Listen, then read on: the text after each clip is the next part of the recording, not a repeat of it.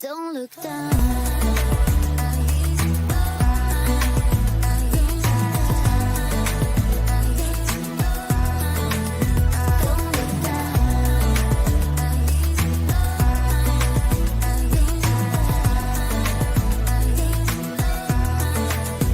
Don't look down. Yay! Yay! Hello, everybody. Welcome to Dice Dames and Dudes. We have a full house today, thankfully. Everybody's able to make it, which is good because we got a bunch of information last week, and now we're gonna go do shit. I think, maybe. Yeah, I don't know. None of my notes with me. that's cool. Who needs notes? It's one Damn. of the many things I forgot. Yeah. You know what? It's good. It's fine. It's fine. We're gonna We'll make make our way through it. It'll be fine. Shae has some notes. They're pretty bad. Not gonna lie. Hey Shae, your echo cancellation is on. Just like unfriend. Let me fix that. While I fix that, Sai, how are you?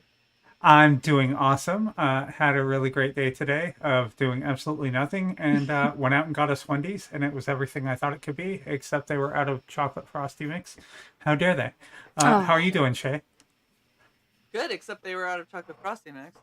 Indeed, indeed. Did they actually? Frosty. Did they actually? No, it's an ice cream soft serve. Did they actually withhold the cheese on your sandwich like I asked them to? I forgot to ask. What? Yes. Fuck, you're quiet. How you doing, Raven? How was your week off? Whoa, it was great. I got to see my little brother when we almost robbed some crane machines. I tell you, we were too good at it. It was suspicious. We had to leave before we lost all of our money in it. So we narrowly escaped that gambling addiction. So we're good. Feeling great. Oh, that's fantastic. So we're going to go from Raven's high energy to Luke. How you doing? I am great. Phelan and I went and grabbed some sushi today at our favorite place, and it was fucking fantastic. It was delicious. Haven't had sushi in a long while. So yeah, it's good. Good sushi. Yeah. Drawing tablet is working. So yeah, I'm good. You know, it's good. It's a good day. That's awesome to hear. Shae, did you say that you liked that strip mall sushi that you got when you were with me Yeah, in it was Virginia? surprisingly good. It was surprisingly good, Okay. especially because strip mall sushi is always super sketch, but They brought so much. It was a ton. It was one of those places where you're like, yeah, I'll get a roll, and there's like, here's 9 pieces, and you're like, holy fuck, normally it's like 5. Shit. Yeah, I also got some house special lo mein that I ended up bringing most of it home with me. So I have I have tasties for later as well. Yeah, they brought mine on like 2 plates. They brought Shae's on like 7 or 8 plates. They did not. It wasn't that many plates. I have pictures, bitch. It was not that many plates. I bring up the pictures. How you doing, Woodrow? I'm doing good. Had some Bossa Donuts today, and then trying to figure out streaming from the PlayStation 4. So it's been like really ghetto, but kind of fun. I mean, I've been playing Streets of Rage and Elden Ring with my homie. Ooh, so yeah, nice. it's been dope. It's an excuse to play video games. Yeah, I took a look at your stream that you did from your, what was it, PS4? Yeah. Yeah, it looked very decent. Yeah, it surprised me. Yeah, it wasn't like locking up as much as it does when you have your camera on and stuff like that. So it was good. Stream us some Bloodborne. Oh yeah, I wonder if I have Right? Bloodborne on this. I might actually. Huge, PlayStation. please. Bloodborne kills me. Bloodborne is one of those games that they need to do a sequel to. Mm-hmm. They need to bring it And to maybe- the PC. I was about to say, Yeah. maybe do a PC port. At least a port. We've been begging, begging for Or years. I mean, there's all kinds of emulation projects looking to get it, and they're getting to the point where it's getting pretty close. Oh my So god. we may have Bloodborne emulation on the PC soon. My fingers are crossed. Sony won't be happy about it, but fuck them for not giving the people. Look, if we're not giving it to us. Mm-hmm. Like in today's Agreed. day and age, if you're not gonna listen to your fan base on what they want, they're just gonna find a way to get it without you. So you might as well Yeah. just listen and help, because So- otherwise Yeah. they're gonna be like, "I fuck you, bitch." Mm-hmm. Gabe Newell said that piracy is not it's a service thing. You give the people what they want, and they won't bother trying to pirate it because it's too much effort. True. Make it easy for them It to is. get, and they'll pay for it. They'll buy it. It They is will so pay for the much effort convenience. for them to have to do it. Mhm. Yeah. Yeah. Plus, they'll pay for it to be officially supported. Mhm. That way, if they do Speaking run as into somebody who problems- has used Adobe Photoshop for years and years, sometimes the officially supported shit does not work as well as the pirated software. Sometimes it doesn't. Adobe's its own entity in and of itself. It's its own awful It's true. experience. It is indeed awful. That's why I've stuck with the same Adobe Photoshop for well over a decade. There you Still go. rocking CS6. Oh, Fuck their subscription model bullshit. Yeah. Yeah, Yeah. I can confirm subscription model sucks, Mhm. It does. So as that is what I currently have. Nope. I won't do it. I don't blame you. I can- do not blame you. They can kick rocks. Yeah. Sai, 1 second. you said you were good, so we've already talked to you. We've already Any- talked to any- everybody. Shay. Yeah. Mhm. Anything else that we need to talk about before we get started? I need a No, real recap, y'all. quick. Wasn't here last week. Real quick. If y'all want to look at your screens. That's a lot of plates, dog. Wasn't that many? Less sushi? Okay, so there's 4. Yeah. Wow. It's because look at how big the fucking sushi rolls were, and they were like, let's make it pretty with a whole bunch of cut up vegetables around them. they're so pretty. Like I was about Yeah. to say, the plating on this is ridiculous. Yeah. So there's 2 right there, and then the big plates with their specialty rolls. There's another 3, 4. Look at the And little then the flowers they edamame. made you. Oh, I think they were in love with you, Shay. Who decorates a plate like that? I checked. They just did that. For the video. It was not You went to special. the Wha- back. Shay, I still want to Where get I these work. plates. Yeah, those plates are dope. Yeah. There you go. They What were you there's a saying, lady who Monroe? cuts. She cuts this lady that I work with, Christina, cuts the strawberries for our old creme brulee dessert. She would cut them into roses sometimes. Oh, Yeah. That's Sometimes kinda we awesome. just feel like doing it. Yeah. Well, and these, I mean, this is literally like they're in a strip mall, and this is how they make it. In like- rural No. Virginia. It's actually good sushi that you guys should be happy to get. this And it's place like, sounds okay. so suspicious. Are you sure you didn't fall into another dimension, walk through a portal or something? How? Yeah, I checked. Was a legitimate place. It's very bizarre, but you know. And look at those drinks. Oh yeah, the margaritas were so good. Ooh. Margaritas That was the at other a funny sushi thing is- place, huh? Interesting. I went Yeah, to we a had- sushi we place had that hot sake. margarita. We had copious amounts of hot sake. It was a wonderful And look. lunch. It was nice seating. They weren't too busy. The sun wasn't in our faces. It was separate seating, dividers between tables. It was awesome. It Is was this a awesome. paid It was. advertisement? No, It is now. This is Yeah. side, You almost this is had me. side freaking out. No, I'm trying to convince Shay that we need to go back the next time Oh. she spends any time in Virginia. Gotcha. It was Fair fun. enough. I don't eat sushi, but it was fun. Yeah. Not Side even did Tempura have a sushi? lot of like other things though. think Sai has like a huge ass plate of some noodle dish. Yeah. Was it lo mein, chow mein, some mein I don't know. with mein? I don't remember. Anyway, that was it's a probably while ago. chicken fried rice. That's what I always fucking get at Asian places. Can't go wrong with that. Yeah, All that right. was the other thing. It wasn't just a sushi place. It was like a sushi, Chinese, Vietnamese, Korean. I was like, I feel like you have an identity crisis. And they're like, do you want margaritas? I was like, I mean, yeah, I do still though. doesn't track for me. Yeah. No, here's what it is. It's rural Virginia. They didn't have enough of any specific minority to give them their own restaurant, so they kind of pushed them all together, and that's what happened. And it's like the best of all of them. Oh my gosh. Yeah. I mean, I'm just it was gonna let good. that sit. Yeah, it was weird, but it was good. It was good. All right. Woodrow, you ready to do a recap for us? Yes, 1 second. I'm opening a file, Yes. and everything's kind of like, No. yeah. Yes, no. There we go. Okay. Yay, baby.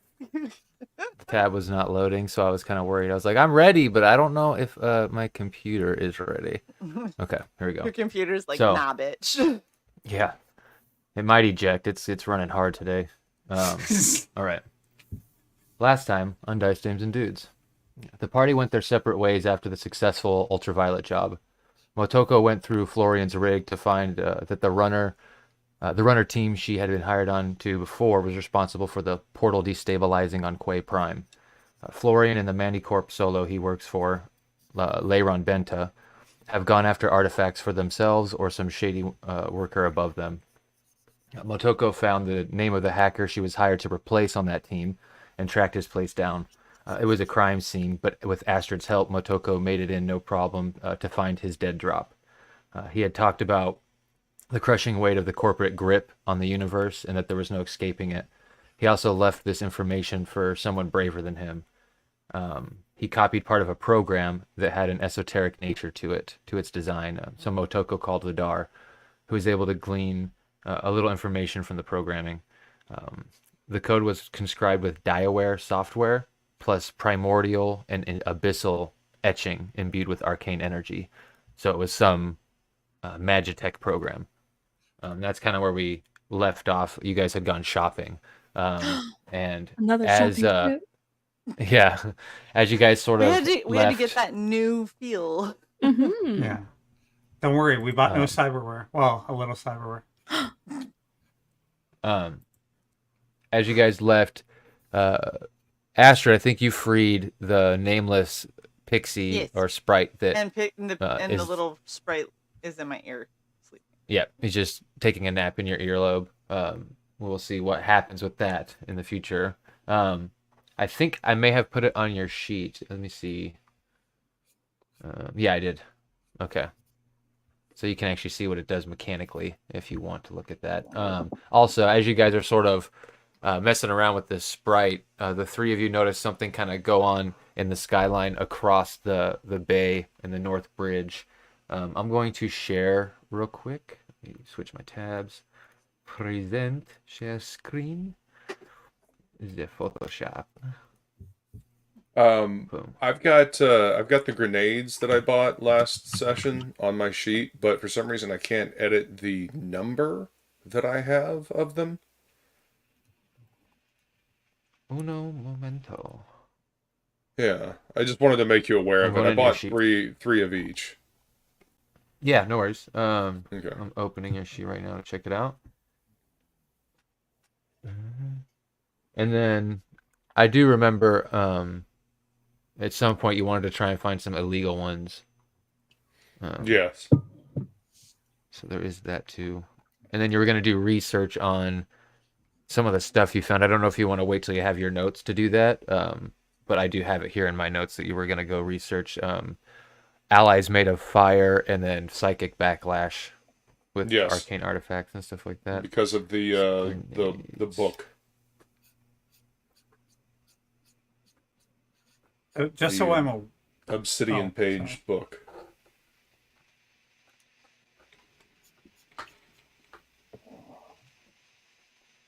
Yep. Huh. Yeah, I don't know. Oh, I guess it's because it's a like a wondrous item. Okay. So you can make a note if you do the customized drop down how many you have. Yeah, when I did it, I customized the what it's called. So it would be like, I don't know, frag grenade times 10 is what I called it. And so each time I would just go in and reduce it by one when I used one. Yeah. For some reason you can't have a quantity on wondrous items. I might be able to go in and change that in the future though. But I think as you guys can are set sort it of watching as type ammunition or something like that, and it'll allow you to do quantity. yeah, consumable I think is what you have to do. So you guys are watching Astrid sort of let this sprite out of the jar, and it rests in her earlobe with one little leg like hanging out, and it starts to take a nap when you guys hear like a boom behind you across the bay. So you guys on the map are essentially in this block by Schuler and Sons Museum at the Namgolg shop. So if you zoom out and move all the way across here on the other end of the map, make a little dot. Boop. You hear like a big boom that kind of echoes out across the water and hits you almost like there's a shockwave to the sound, but not quite. But you can almost feel it. It's just not like a destructive shockwave. You kind of look back over your shoulders and turn to see that some kind of ship has slammed through the atmosphere of the moon and is kind of like heading over the water down kind of towards it, like it almost looks like it's going to land on the water, but then you just start to hear massive thuds and thuming of artillery being fired, and most of you would know that this is coming from the Red Palace district, orcish weaponry, and it's like pretty much if they detect any ship that's a threat, it's immediately shot down. That's kind of how they roll in the Outlands. So you see these missiles and artillery of bullets and gunfire and lasers all basically tearing the ship apart. But as the first damage starts to hit the ship, it sort of explodes in almost like a spray of debris. And then there's sort of other larger sections that look like they're trying to escape and move around as rockets start to hit them all and explode, but it kind of gets chaotic as you're watching. If you guys want, you can make me a perception check.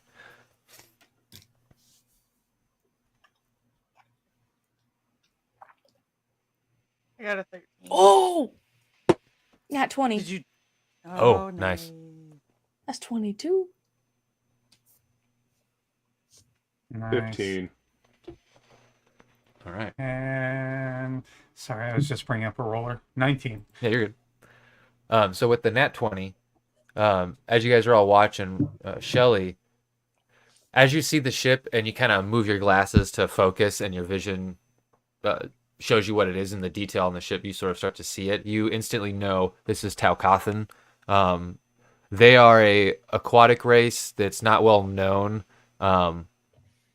They used to come from a planet in the Draconian space called Krill, but then they eventually moved planets with the Triton race to a planet called Harlana that's actually kind of close by in this system in the Outlands. These are the Taukathan use Sauhagen as sort of their like military wing. They stay hidden back away, but they have these like sort of brutal aquatic species go out and do their campaigning and their missions for them. The way this is entering, and you know that if they're entering a planet or like coming through the atmosphere like this and being seen, it's kind of like an act of war with them. When you traveled with the Dwemer in terms of your military campaigns before you ended up nesting down here on the Sixth Moon, you had tons of campaigns against them. And the way they work is they basically send fleets from Harlana deep into space. Over time, the Dwemer you worked with actually were trying to track where they were going. And they've seen a little bit of their past. They're trying to go into Draconian space, human space and Dwemer space. They haven't made any inns to Elven space yet, or of any other ones. But they haven't really figured out what their destination is. They don't tend to land on planets. Usually you actually encounter them in space battles. This is the first time you've ever seen them actually make it to a planet without usually just being encountered and shot down. Because usually when they start beelining for a planet, it's seen as an act of war, and they're taken out. So it's kind of gives you this feeling in the pit of your stomach, a not so good one. I turn to the group and say, I've got a not so good feeling in the pit of my stomach. Very on the nose. Like, just so you all know. I move to the opposite side of the line we're standing in, away from Shelly, because I assume it's gas. Fucking hell. Oh, mercy. All right. As that's going on, Astrid. Yeah, I don't know why that came back. that's fine. You feel suddenly back. you're sort of standing in the back of the group as everyone turned around. Everyone was looking at you, but as everyone turned, it sort of puts you at the back of the group. When you feel sort of like a tug and release at your side, and as you turn and look, you see a dog sprinting away from you full speed, back into the city, the street, and is running with something in his mouth. Go ahead and give me a perception check. Did that motherfucker steal from me? Well, I got a 5, so I'm not gonna know. You don't know what the dog has, but as you're patting yourself down, you feel like something is missing. No, that's the worst feeling ever. Yeah. I look over to see where her wallet/pouch of things is. Give me a perception check. Okay. Roll good, roll good, roll good. I know, right? 14 Don't roll like Shae. 18. 18. So as you see Astrid like patting herself down, and you look and you can clock the dog running, and you see that the dog does have the gray bag of shit, I have the wrong character open. But the gray bag of tricks, pebble I think is what it's called. Yeah, my bag of tricks. No, that little fucker. And the dog is about, let me open this one, 40 times 2. 80. So yeah, it's about 80 feet away when you guys start. Can I dash? Yeah, you can dash, but I need everyone to roll initiative because it got its turn, which is a surprise, and then now it's. Yeah, I'm 100% running after this bastard too. Oh my god! Oh my god! What's I got its a 5. initiative? Okay, Plus 3. 18. 21. 12. 24. I need to buy alert when I level again. 24. And hold on one sec. I'm gonna ask you guys all these again. Because everyone just like, I was like, well, up. I'm making my little sheet here. So I got Motoko, you're at 24. The dog is at 23. The nat 20 on the die. And then I heard a 12. Was that? That was who me. The 12? Okay. It was me. 12 for Shelly. Turtle Clown. Be right here. Hong Kong. And then Astrid. 5. 5. And Vidar. 21. Oh, 21. Nice. Okay. So yeah, it's 80 feet away. Motoko, you are first, so you can dash at the 100 and I think 10 feet. 110. That would give you. Yep. So you can reach up and essentially grab the dog. Or whatever you want to do to it. Okay, so go ahead and make an athletics check. Let me go ahead and do. Oh, yeah. Roll, please. 5 plus 1. Right? Yeah. Beat a 6. Dirty 20. Ooh. All right, so you run up and you sort of do that thing where you scoop. Or actually, I'll let you. How do you want to grab the dog? How In a big is the specific dog? way. It's a good sized dog. It's not. It's a big dog. It's not quite full grown Great Dane, but it's bigger than your average dog. And it's got the long floppy ears that stick straight up, the sort of elongated limbs, kinda. And now that everyone's sort of looking, Vidar specifically, you can go ahead and do a arcane check for me. But with your dirty 20, you managed to grab the dog on your turn, and you dashed. So that would be. Do you want to spend it? If you spend a key point to dash as your bonus action, you'll be able to grapple the dog. But if you just dash, you actually can't because that'll use your action. That's fine. Yeah. Okay. I also would like to, as part of insight, since I just rolled insight, am I going to be better off scooping the dog up or just trying to snatch the bag out of his mouth? You don't really know. That's not what insight's for. Insight is for reading body language. If you're trying to read body language on this, that would be animal handling. I want to handle the animal. Aminal. Aminal. Uh, I will make a save. The Arcana check is 18, by the way. Heard. Yeah, we'll get to that one at the start of your turn. Sounds 15. good. So 15. So 12 animal handling. plus. Yeah. That's a tie. What is your plus? +3. Oh, +3. Okay, so it goes to defender. Yeah, you're not sure if it's a typical dog. Grabbing it should completely stop the whole situation. If you go to grab the bag and pull, it could rip open. Or will not rip because it's magical, but it could spill, and it is magic, so you're not quite sure what the effects with that would be. Don't spill my things. But that's kind of what you think when you the best you can deduce from with that check. Is the tie closed end in its mouth, or is the tie closed end dangling down? Dangling down. It's got kind of like the part of the back end of the bag, and then one of its okay. The side of its jaw. Right, so then I'll that grab the strap is okay. So you do manage to grab the dog and pick it up, and that's dash bonus action with the chi. So you run and do like a slide, scoop it up, and you're holding it, and it's trying to get away, but you have complete control. Dog's turn.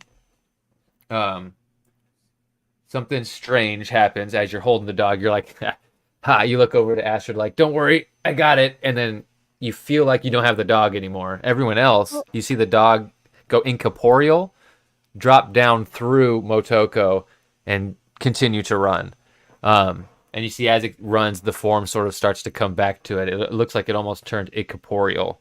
What is that? And as it moves further down the street, it takes like a sort of right turn, and it goes through a fence. And as you kind of like look through the fence, or we'll look over the fence, it's sort of like blocked. You can't see through it.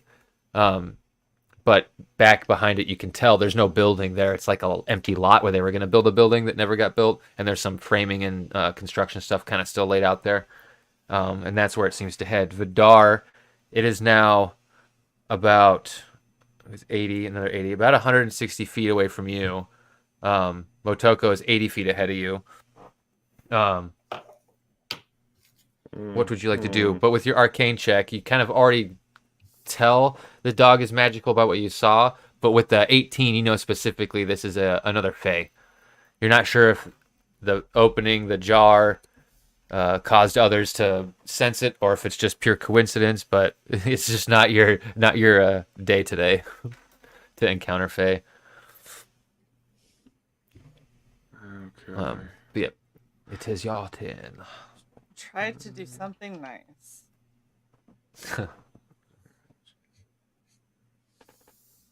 That'll teach me.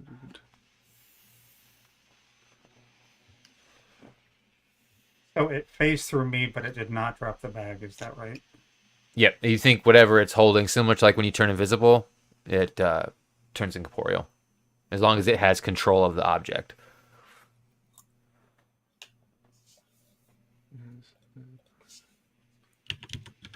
Astrid, stop making your Okay. bags be willing creatures.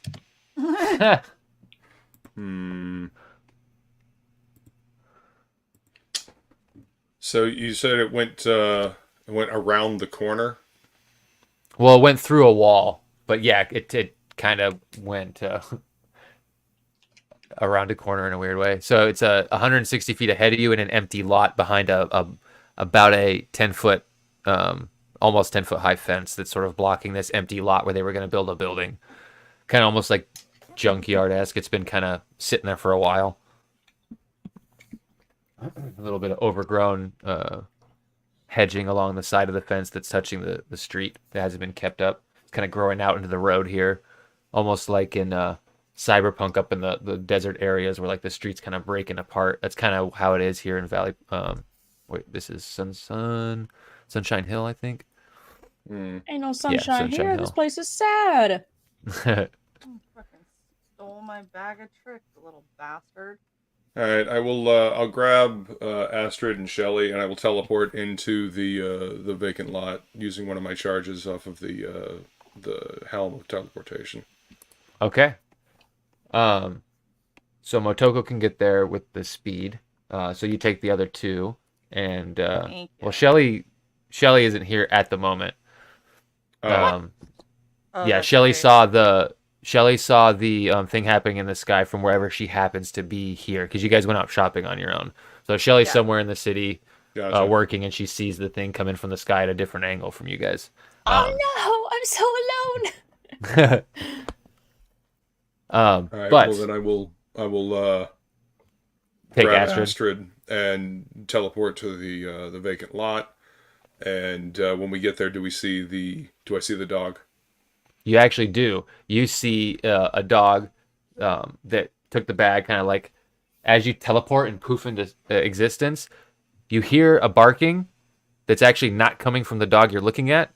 The dog you're looking at sort of hears you teleport and looks up at you and starts wagging its tail with its tongue lolling out. And you look to hear where the other barking is coming from. And up on some of the beams where there's no flooring and it's just the beams, you see another dog, different coloration. This one's a little smaller, more of kind of like a little snub nose snout on it, like a slightly more snub nose snout on it. And it sort of has dropped the bag on this beam it's on, and it's like 2 stories up in the beam, so it's about 24 feet high. But it's you could climb and try and get to it. You've used an action to teleport. You still have movement and bonus. You could use whatever you got in that economy to move or entice if you want. You can try and make animal handling checks or something along those lines. But the dogs seem to be excited by something. All right, so the bag is up on this beam that's 24 feet in the air. Yeah, with another dog. It seems like there's dog number 2 who somehow got this bag from the other dog and is now 20 feet in the air, or 24 feet in the air. All right, then I'll use my bonus action to Misty Step up to the beam. Okay. So you sort of teleport in, and you look up, and you do the AC B squared equals C squared, and teleport up behind the dog. So that's your bonus. You still have movement, and as part of movement, you can interact with an object. So if you want to just reach down and grab the bag, you can in your economy still. Okay. I'll reach forward and grab the bag. So you reach down, grab the bag. Astrid, Yes. it is your turn. Okay. You see that Vidar has your bag, and the 2 dogs are now looking up at Vidar and barking. It looks like they, from your druidic, you don't have to make a check. You can tell they want to play. Okay. So little assholes want to play. Vidar, your grenades are balls, right? Oh God. Fetch. We're not. No. Okay, so can I I don't know if I'd have to use animal handling or anything for this, but can I take the little bit of rope that I have left from before and just kind of basically throw it out like I'm going to play tug of war with them and just kind of give them a look? Yeah, that would be animal handling. Okay. All right. So we're gonna try that. Fucking hell, I got a 10. What is happening with my rolls tonight? So you throw the rope out and it lands at the ground, lands on the ground. And it sort of just like cocks its head to one side and looks at you. And you can see that it wants to play, but it's actually the way you did that. It's trying to figure out, like, is she trying to catch me? Or is she trying to play? Like, its head goes one way and then it goes the other way looking at you, and its ears are like kind of like up and half down. Wiggle it and slowly draw it back to you. Yeah, exactly. Yeah, but that's, if you want to use like your full bonus action to make this check, you can go ahead and make another check. So you're like kind of sitting there a little bit trying to entice it. Okay. But it'll actually use up some economy. So we're gonna do it again then, and this time I got a dirty 20. Oh shit, okay. Yeah, so you like, shake it a little and whistle, and it runs up when it realizes that it's more of a playful body language, and it grabs it and starts like digs its feet in and starts pulling. Go ahead and make me an athletics check. See if it just instantly throws me on my ass. No, I think you'll be good. So I got a 12. Yeah, no, it got a 3 + 1, so 4. Oh, so wow. it's going, it's pulling, but you actually start pulling it. You start pulling the dog towards you, so if you want to give it slack, you can, or you can just yank the dog to you and show dominance. Up to you. I'm going to just keep on like, oh, you almost got it, and then pull him back and like just actually just play tug of war for a little bit, because I'm hoping that in playing tug of war, they will stop focusing on my fucking bag that Vidar's holding. All right. So, Motoko. And I just tell Vidar, I was like, I think they're just pent up, and I'm just sitting here playing tug of war. It's like, also, don't let them get that bag again. I am not necessarily sure these are the same dogs that we were chasing. Well, you have my back, so we're okay. The dog that she's playing tug of war with is the dog that you're with. Seems different, like a different breed for sure. And you're not playing tug of war. The one that I classified as a fey. It doesn't seem to be in the parking lot. Right. No, that's the one that she's playing tug of war with. Okay, that's the one that she's playing with. Okay. Yes. So it's just a fey. And the one that you're on there somehow got up 24 feet in the air. In the blink of an eye. So then if as Astrid's sort of using her turn to maintain that, Motoko, you can do the action movement without using any bonus to just catch up and sort of look around. You'll have a bonus action if you want to do anything. But yeah. It's up to you. But it is your turn, Motoko. Okay, well, since the situation more or less seems resolved in a playful manner, at least as far as Astrid's sack is concerned, I'm going to look back over my shoulder towards the ship that we all got thoroughly distracted from. Is it still there? Is it pieces floating? Is it gone completely? Is it...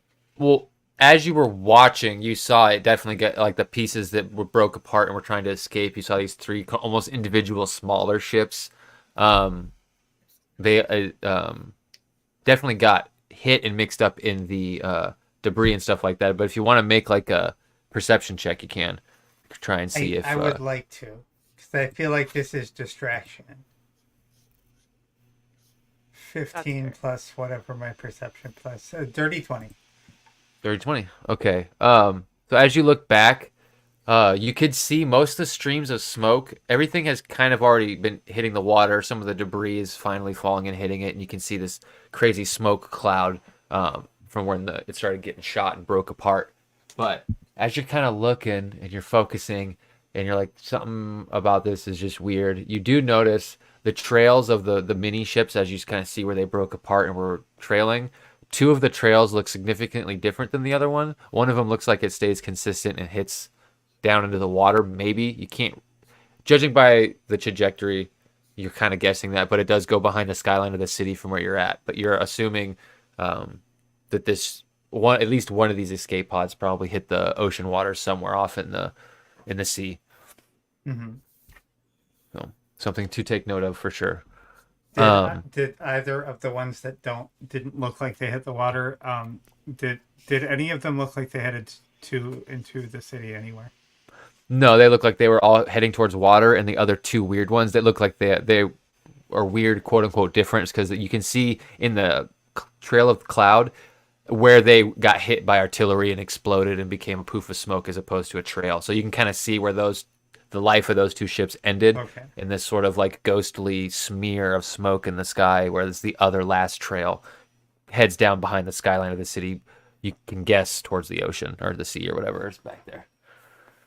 Deep water. All right. Well, since we don't own a boat, how tall is the wall that the dog ran through? Almost 10 feet. With your monk stuff, you would have no problem. You don't even have to make a check to hop over it. I'd like to hop over it and you're move not... at normal movement towards the group. Okay, yeah. So you're not like quote unquote threatened, so you don't have to necessarily make checks for simple things. So with that, it goes back to the dogs. And Vidar, you notice that the dog looks up at you, looks down at Astrid, sort of like starts to wag his tail, and then blinks out of existence and next to Astrid and starts like grabbing kind of the rope by her hands and is like pulling with her against the other dog, but it's kind of like still a dog and kind of biting her hand and slobbering on it a little bit, but it's like trying to pull the other dog. And they just continue to do that. Vidar, it's your turn. But there's like, yeah. With your experience, you'd probably guess that's another fey dog of some kind.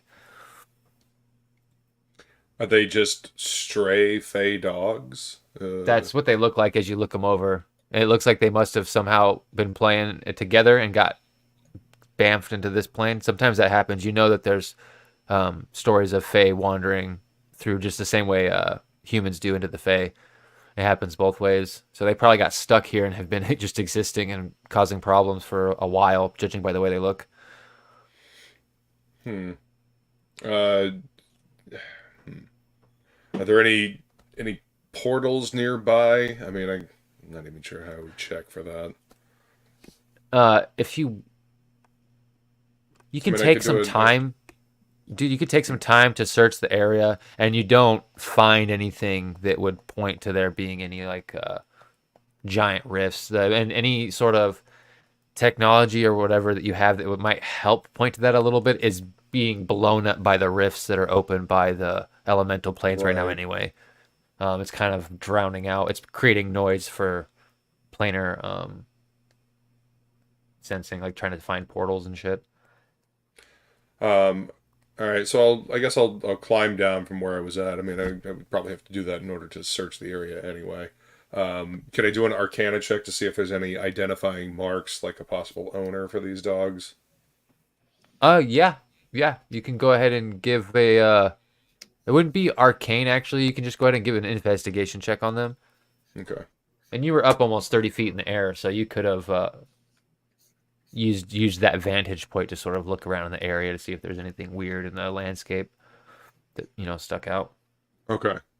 So you didn't necessarily have to climb down. Investigation. All right, so 16 for investigation. So you kind of look for like a tag or something, or like you think maybe it's the Fae. You start looking for like a brand, but there actually is no marks. It seems that these were probably wild dogs, and as you started feeling them, you can feel that they're not malnourished by any means, and then you start to think about it and think, well, no, they actually probably have an advantage on all the fucking animals here, so they're probably eating really well compared to where they were at, so they're just dirty. That's how you can pretty easily. Yep. So you just guess from the amount of dirt on them that they've been here for a long time. Are they chipped on the astral plane or something? Nope, they do not appear to be. But I relay that information. They appear to be Fey strays. Interesting. I've heard stories of these. So crazy. Astrid, does your earworm have anything to say about this? Yeah, go ahead. I was just gonna say, you guys can like quote unquote include Shelly by sending her like pictures, like look at these dogs we found or whatever, over the Neuralink.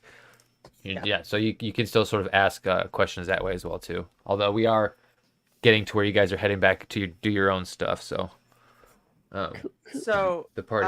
Can I ask be the together little Fae in my ear if he has any idea what the hell like these guys are? I hand a Q-tip to Astrid to gently nudge him. You ask him. So what question do you ask him exactly? Just how would you word it? I want to know.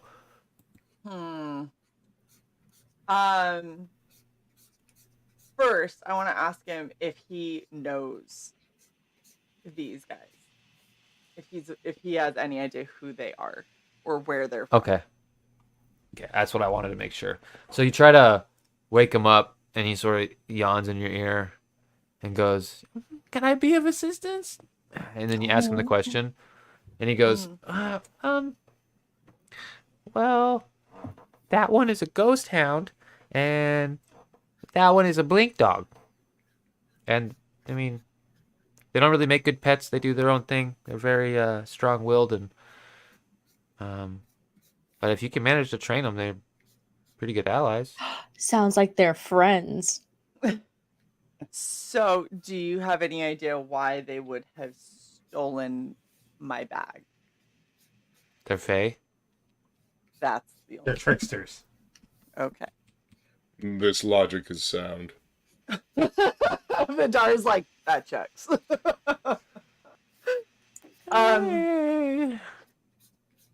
Okay. Well, I guess go back to sleep. I don't really got anything else at the moment. You're not going to befriend the pups? You don't want to help with anything?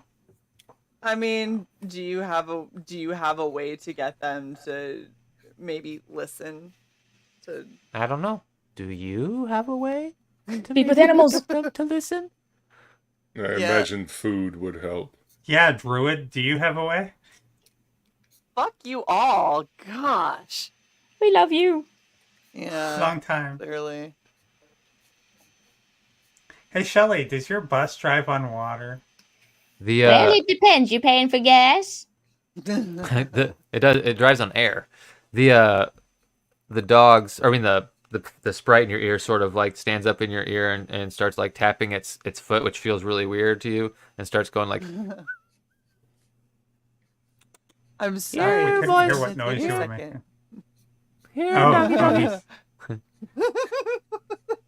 Does anybody have any food? I don't have any food. I mean, I don't think you can feed a dog a Snickers. Let me check my inventory. I mean, why not? We could try. All I have is animal handling, so that is still good. Yeah, I just don't know what to do with them. What am I trying to do?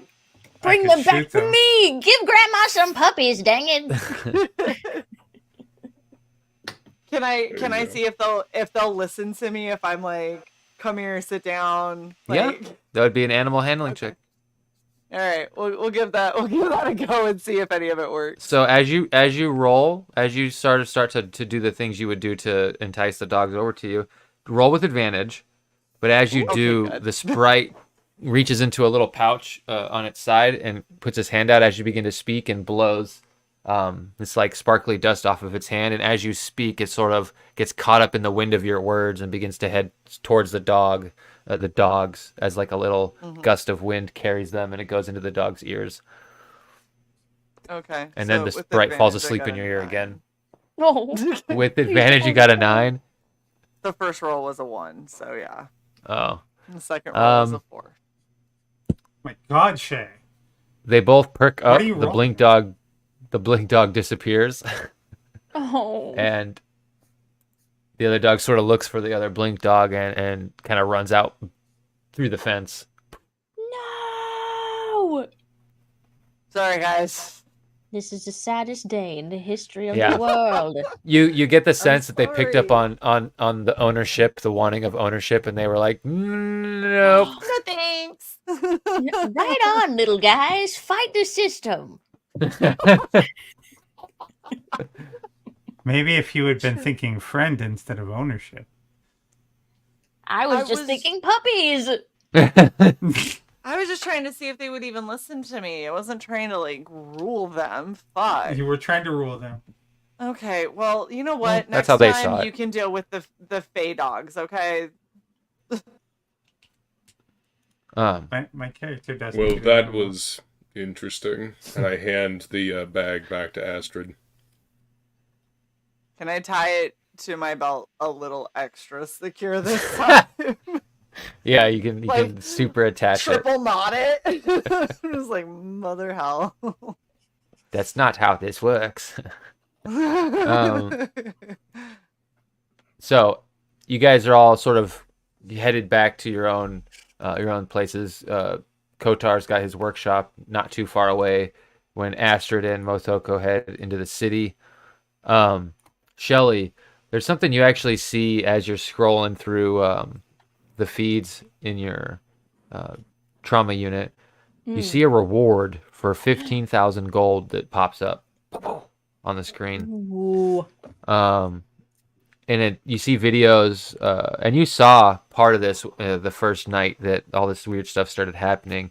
You see different footage from different people's Neuralink recordings and things that are on street cams and stuff like that of these what look like fist size to maybe 2 foot big or in diameter fireballs of ember that sort of are amorphous, and they sort of move around, and sometimes they move in unison and other times they just float around on their own. But a lot of the times you see it sort of the form that it takes when it does gather is like a dragon, and it sort of is moving through.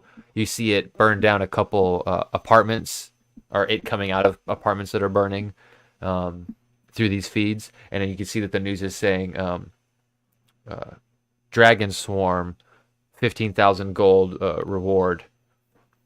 And it sort of just comes across your screen, and it plays a couple times as you're watching the feeds. And basically what it's describing, if you can prove that you have stopped this threat, you essentially can claim the reward, but some time has to go on and there can be no more sightings or burnings before you get your money. But essentially, yeah, it's a 15,000 reward for that. If you can do it. I pull out my a camera device and I take a picture of the screen.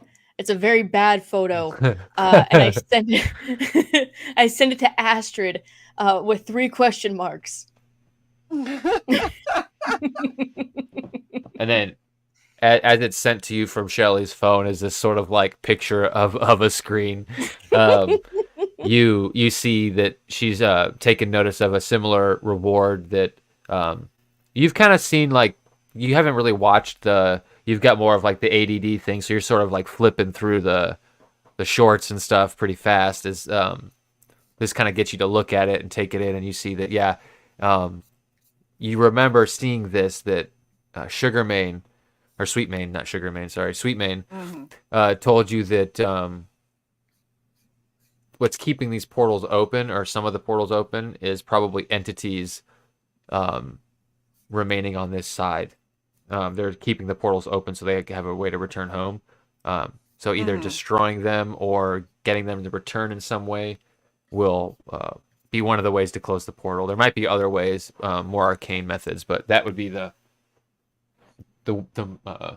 method that Sweetmane would for sure know would work. And he's been trying to commune with nature this whole time, trying to figure out more information on this Krogatoa spirit that's been released on Quay Prime.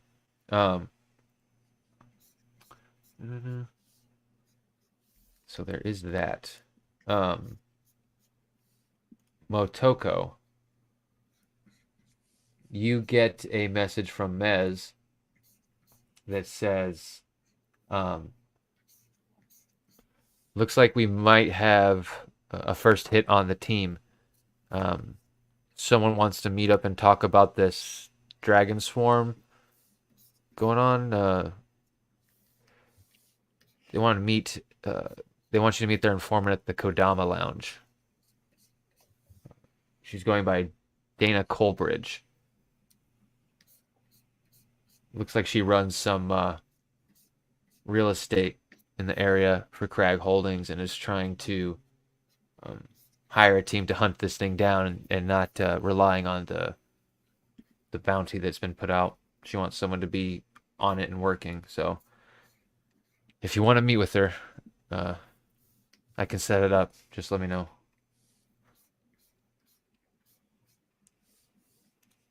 Day one.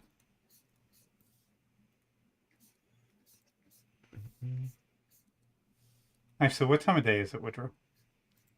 So it's about like 9 at night on the 6th day that you guys have since you guys have kind of started this little adventure. So it's about to be day 7. Feels scary that you're counting the days like that, but Whoa.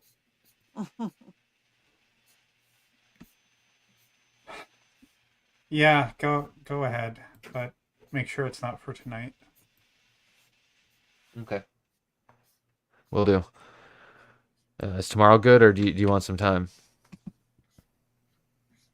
Tomorrow evening at the earliest. Okay. Will do. I'll send you more information when I get it. All right. And I've made a note of her name and the lounge, and this is what I wrote.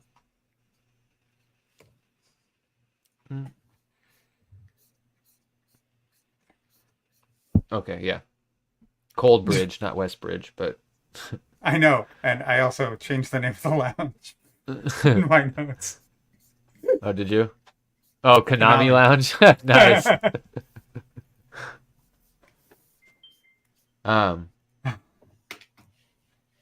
So The Marvel that is Capcom that. Lounge. Yeah, and then Vidar, you did want to research the psychic lash phenomenon and Yes. anything about forging allies with fire.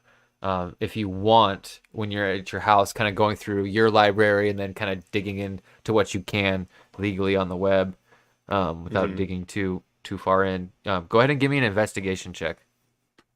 Okay. And you can make it with advantage for this. All right. While he's doing this, these little fire things are what came through my apartment, right? Those were mephits, but these little things are similar. They're like fire elementals. Those mephits are elementals as well, so they're in the vein of the same thing, but they are different. Okay. I'm glad I had the advantage. The first roll was a 1. Second roll was a 17. Plus 3, so dirty 20. Well, how Okay. come your advantage works so well and my advantage goes from a 1 to a 5? Like, Because my dice like me. Don't roll them both at the same time, and don't let your dice touch. So not rolling actual dice. with uh-oh. Someone wasted 20. That's what that sounded like.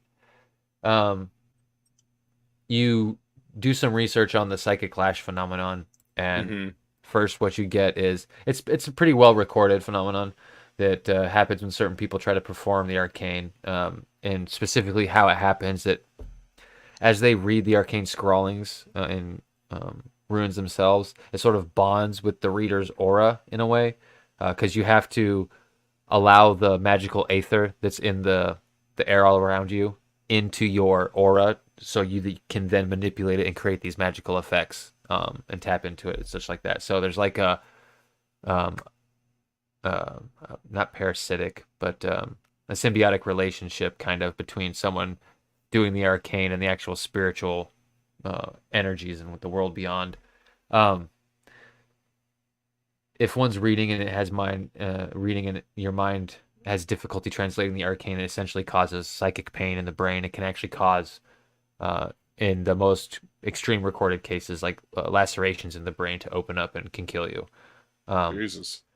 Yeah, the best recorded accounts are from Dwemer or when the Dwemer were trying to teach humans back in the day, like long time in history now.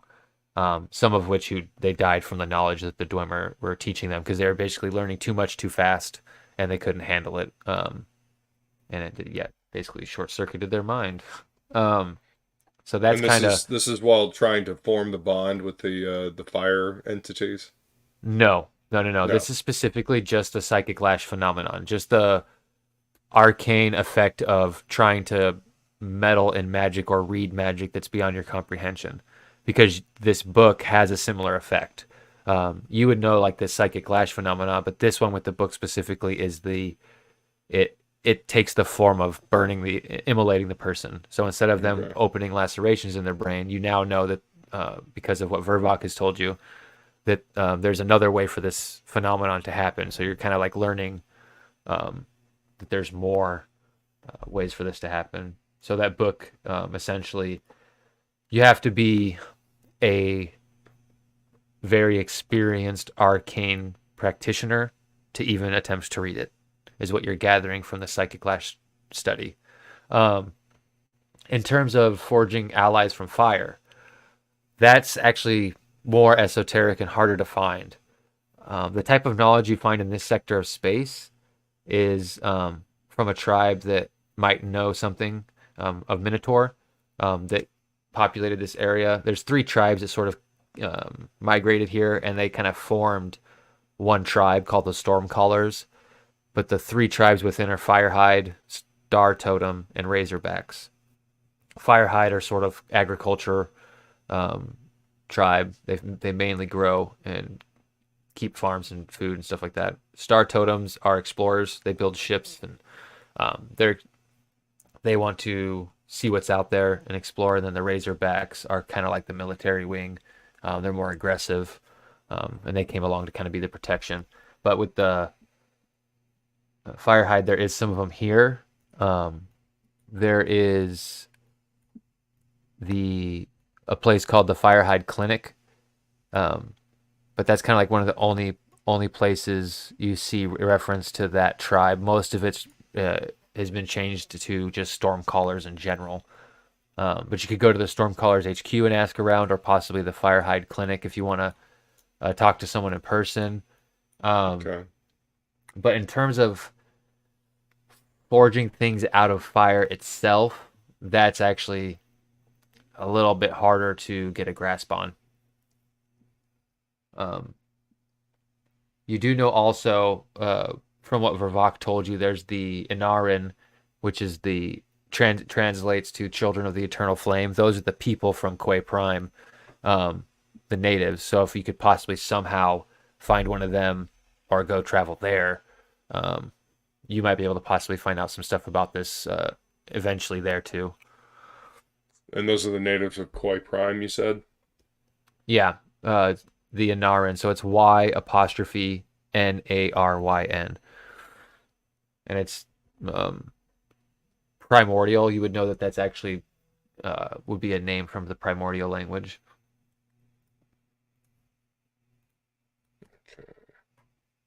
But yeah, those are the groups that might have more specific knowledge. But you'd have to find some people and actually do ask some questions. Okay. But now you know you can't read that book yet. Yeah, At least no, for sure. not without serious detrimental issues. Mm-hmm. Okay.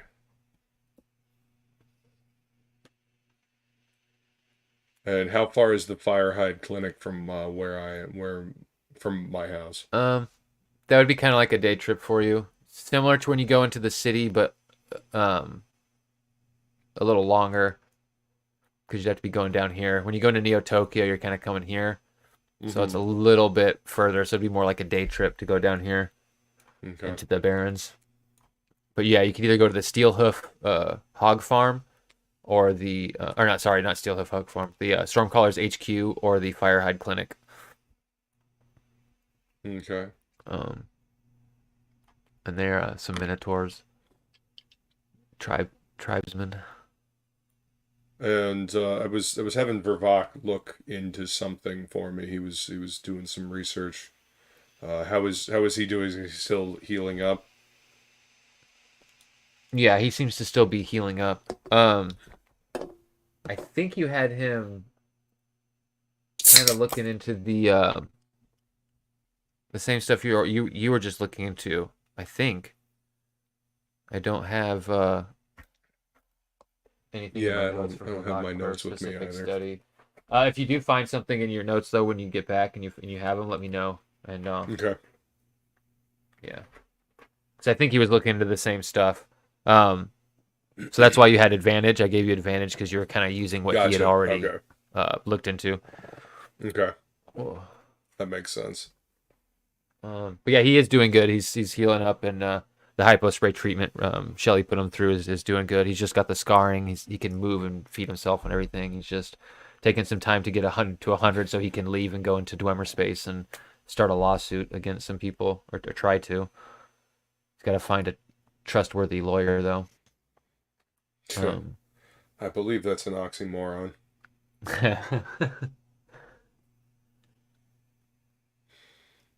Bureaucracy. So fun. Oh yeah, then you'd also know, now that you've been chilling with Astrid, you would know more about Sweetmane a little bit because of the experience that Astrid had on Quay Prime. So you know he would actually have possibly some information about fire and elemental planes and primordial natures as well. Do I have his contact info? No, but you could get into contact with him through Astrid pretty easily. Oh, whoa. Well. Okay. Then I'll contact Astrid and ask about Sweetmane. Can you put me into contact with Sweetmane? I have some questions I would like to ask him. I can, but I'm gonna be honest, he's not real nice with people having his contact info, so he might be a little prickly. If you would like to give him my contact info, if you think he would contact me, I do require some questions answered, though. Okay, so I'm basically gonna hit up Sweetmane and be like, "Hey, buddy," and just try to be like sweet talk him into maybe helping out. So when you contact him and start doing the spiel, he does ask you what it pertains to specifically, because he's busy communing and it's pretty rough on him. I didn't fully ask, but he's good people, so I'm sure it's something important. Well, tell him to send me a message. Okay. Yeah. All right, so And I he pass basically- that along. All right, then I will. I'll contact him. I apologize for intruding upon your time, but I have been told by Astrid that you had dealings with very strange instances of fire on Quay Prime. I would like to ask you about those experiences. Well, they were strange. I consider myself one with nature. I prefer to be out here and away from the noise of the city. The instances you talk about, I want to know why you're inquiring about them before I give you any information. Astrid has vouched for you, but there can still be issues with that in the future if I don't do my due diligence. But Astrid is a trusting soul. Yeah, that's basically what he's saying. It's like, wait, I love the girl, but also, man. I am doing my own independent, shall we say, arcane research into the sudden occurrences of these portals dropping fire upon the city. And they sounded similar to the things you experienced on Koi Prime.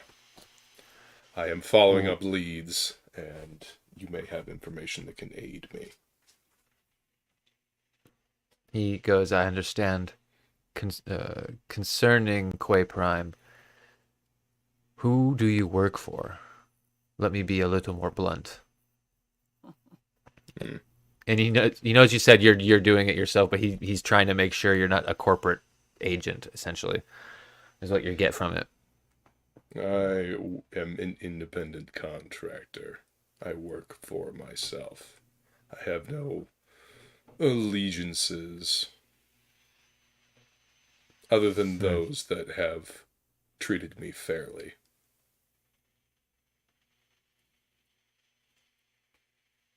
Well, currently there is 2 beings here holding the rifts open. One seems to be elemental in nature, not this Krogatoa, this other entity. I've tried to commune with it once so far, and I was almost stuck in my own mind, or maybe in its mind, I don't know. It was a weird experience. I don't think it's fully itself. Here, there's some sort of elemental fire swarm in the city.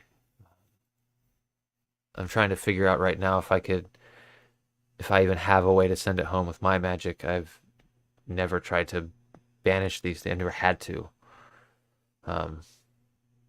But if your research will help in that, then I could be an open book to you. But there's a second entity that's holding these portals open. I'm having a harder time pinning down. They're here, but I don't think they're elemental in nature. I think they are a mancer of some kind, a druid, a sorcerer. They're holding the portal open, or one of them at least. In the wilderness by, let me see what it's called real quick.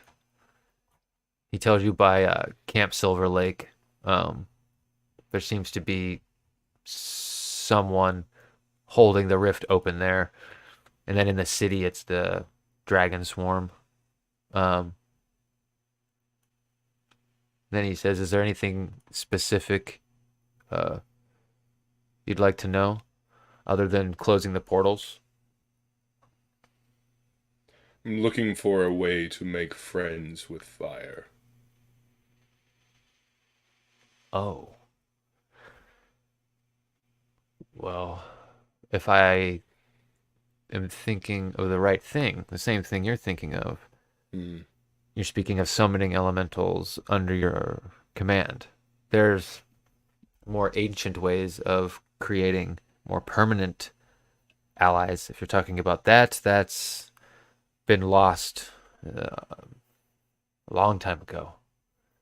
The last people that I know to have practiced something like that were the Inaran. I've had some speaking with them, but not much. They became very reclusive once Iron Root facility was built on Quay Prime.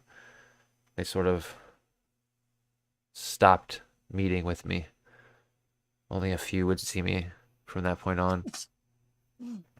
But something about that facility has driven this Krogatoa mad and opened these portals. So any help I can give, I will gladly give. I'm going to commune with this Krogatoa one more time, or attempt to, later today. So I will let you know what happens after that. I'll let Astrid know as well. I was hoping she would be able to learn some of these skills with me, but seems she is occupied. Aw, Astrid. Yes. That sounds about right. Please let me know what you find out. I will continue doing research, and perhaps we can convene and compare notes later on. Do be Aw. careful dealing with these beings. Understood. Same goes for you. And then he actually gives you a sort of like a farewell that's specifically sort of in the Aluran race. So he's also feline as well. Yeah. And I Just a return hug. it. Yeah, so he disconnects and begins his second communion with Krogatoa. And you get a little bit more information. From the conversation that I had with him, does it seem like the Yanaran would be able to aid me in reading this book? It is possible. Is there, yes. Okay. Is there some kind of connection between them and the book because of the primordial? Yes, there would be. You'd get the feeling that there's some kind of tether between the book's nature and their nature. Yes, there's like some kind of parallel or understanding there that isn't with other, like the Minotaur or like Sweetmane. There's an understanding that they might have that other people don't because of the primordial. Yeah. Okay. And he said that they were over by Camp Crystal Lake or whatever it was. No, so the Inaran are from Quay Prime, so they're on the homeworld where all these moons Gotcha. are. And yeah, but there is someone here holding one of these portals open, so some kind of spellcaster, mancer of some kind who is holding one of the portals open with their will, and Sweetman can feel it, but he can't quite pin down who they are. Almost kind of like a little less powerful than the Jedi because he's communing with nature and they're communing with nature, so there's kind of like they can kind of feel each other almost. Right. And then the other thing he's telling you, yeah, he can feel that dragon spirit burning up the city, and it's just feeding. Essentially, is something else that you would have gotten from the conversation. It's just an elemental, fire elemental. All they do is just feed and burn. It's just their thing. They don't have really like a will other than that.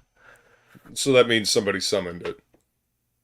No, not necessarily. No. It could have come through the portal because the portals are open. All right, we need to close these portals. I'll pass all the information that I just got along to Vervok, and tell him about the magic user keeping the portal open over at the Silver Lake camp. You can see he's racking his brains about that. He's concerned about it, but he doesn't know why, if that makes sense. There's like something, he just doesn't like the way that sounds, but he doesn't really know. He doesn't have any information about it or anything like that. But when you tell him that information, it sort of like hits him in a weird way. He just doesn't like the fact that... Go ahead. I say he doesn't seem to like the fact that there's all of a sudden more magic and more arcane things coming about. It seems to make him uncomfortable. Do you think it may be a distraction, or is this magic user actually keeping these portals open, allowing this dragon swarm to attack the city? From the information you have here, it seems like the portal over the city and the portals over here were probably opened due to the rifts and the unbalancing that was caused in our facility, our iron root mining facility. If once those portals opened, things or beings from the other side came through, they could be manipulating the portals. Or, like you said, it could be, if, I don't want to think this, but if our facility was sabotaged and not an accident, then maybe whoever sabotaged it is experimenting in some way. It's even bigger than the planet or the sector here. Maybe it's, I don't know. And you can see because he knows what he was doing there, and they were digging up stuff to build Magitech, right, illegally, off book. So he's kind of thinking maybe a rival corporation or even his own corporation through the project under for some kind of experimentation no one was told about. Sort of like, okay, we got all the information we can get from this now. Let's flip the switch on it and see what else we can learn, sort of thing, is what he kind of it describes to you is what he's worried about. Yeah. So there's. If you were to go back to the Iron Root facility, would you be able to discern any sabotage? Were you to see it?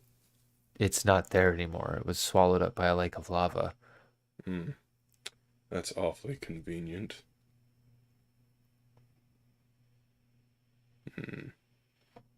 It does seem to be upsetting the... What was the Krakatoa? Is that the Yeah, one? Krakatoa. Yeah.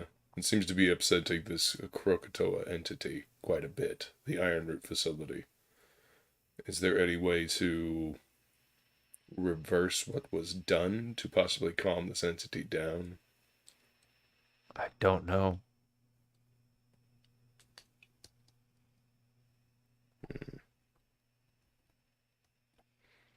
Well, it seems we have lots more research to do.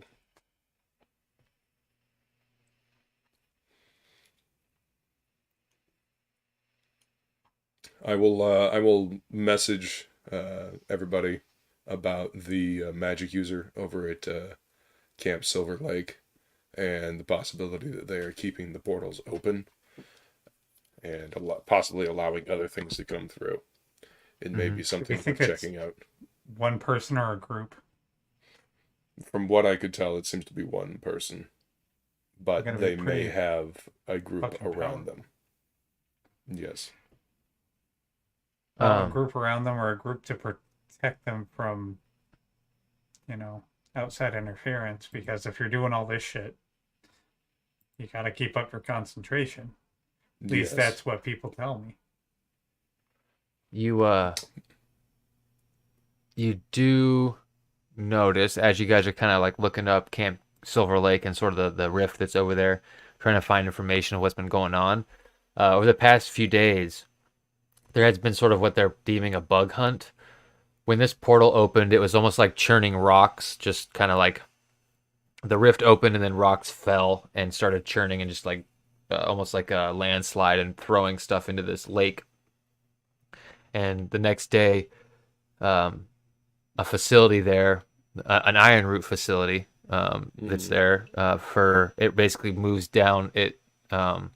They mine the area out, and then once the area is mined, they reroute the magma flows and stuff like that, and they actually do it so that it deposits in, creates fertile like farmland for soybeans, so they can do all their soy food production. And that facility has kind of gone offline and been evacuated because once the rift opened, it started to break down. And then the bug hunt that's going on there's a bunch of mercenaries killing these weird rock insects is the best way to describe them. When you see them, they almost look like the things from Stormship Troopers, except they're the ones that you're seeing are pretty small. In terms of that, they're like maybe from 3 foot to 4 foot in each direction. They're like 4 foot long, 3 foot wide, and sort of got these big kind of spider-like legs that are kind of pointed. I have about 6 of them, and then like a head that's got almost kind of like a beak on it, and you can see that there's like the rock skin around them. It looks heavily oxidized, like there's corrosiveness to it and like buildup of minerals and stuff like that, kind of like around the mouth and the joints of the creature.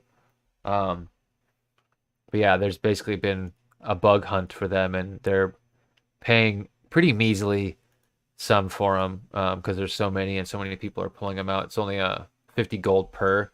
But there's a lot of activity down there right now. People are kind of swarming the area, and it's a lot of people from Sunshine Hill and the Barren, so Minotaurs, Goliaths, half-elves and humans and stuff are all over there with their trucks and groups of people hunting these things down, going down into tunnels under the lake and stuff like that. So as you're kind of looking through the feed, you see all these videos popping up of people doing bug hunts under the lake and chasing these things down, and then you see news feeds of 50 gold per. We racked in 30 today. This is a good way to make a living while it lasts. Stuff like that. And then you'd see the thing for $15,000 reward again for the Ryoto Dragon Swarm as you're kind of scrolling through. But yeah, the day is still yours.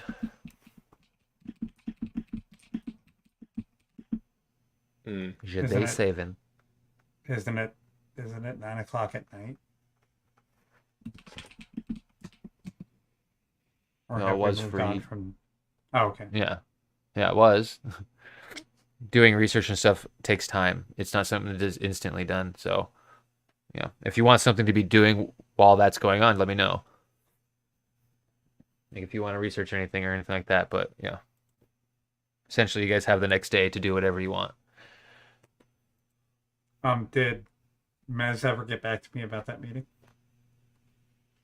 Oh, so yeah, that meeting he set it up for the next day in the evening, whatever time would be convenient for you. So like a 9 or a 7 or a 10, whatever you would want. He set it up for you. I'll let everyone know that someone is looking to talk with a group of people about stuff and things. Stuff and things. That is very specific. Listen, I'm gonna be real honest. Mm. I just got a general idea that this person wanted to meet up with a group of people who can get shit done.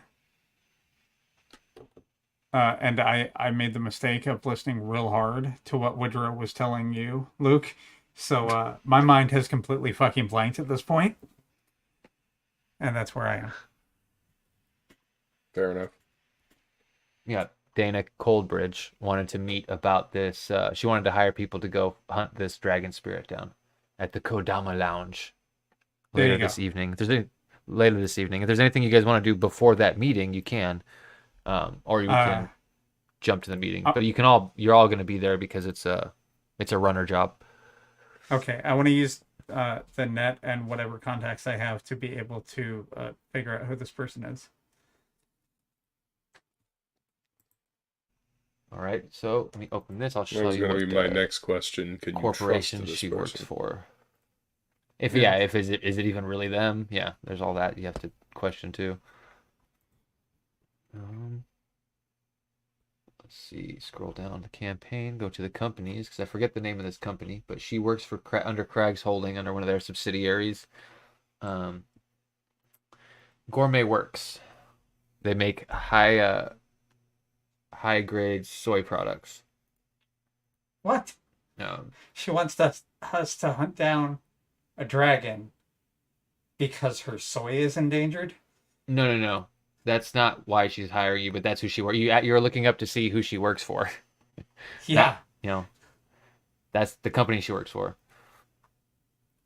What work does she do for them?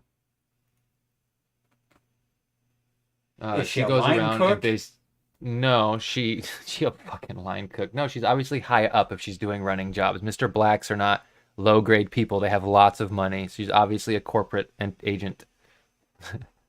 She could mop the floors, and this could just be like a side thing that she's interested in. No, she, according to her job, she basically buys land. She acquires land. Here's the information I was able to get about her. So her land is being threatened. Pillaged. And to be fair, the dragons are attacking the city. So, and to be fair, you haven't questioned her yet. Her sprouts are in danger. Well, does anyone want to go with me tonight?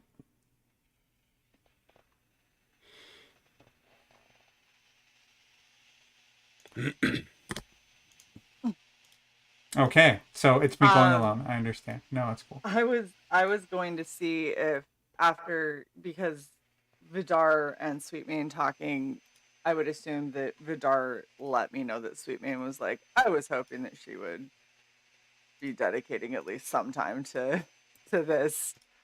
I assume he would have passed that along to me, unless you decided to keep it to yourself. I mean, I don't know. Vizdar would probably not think it's his place to tell you how to live your life. Okay. Well, then never mind. I would tell you, Vidar would tell you that he spoke to Sweetmane and he would thank you for putting him into contact with Sweetmane. Okay.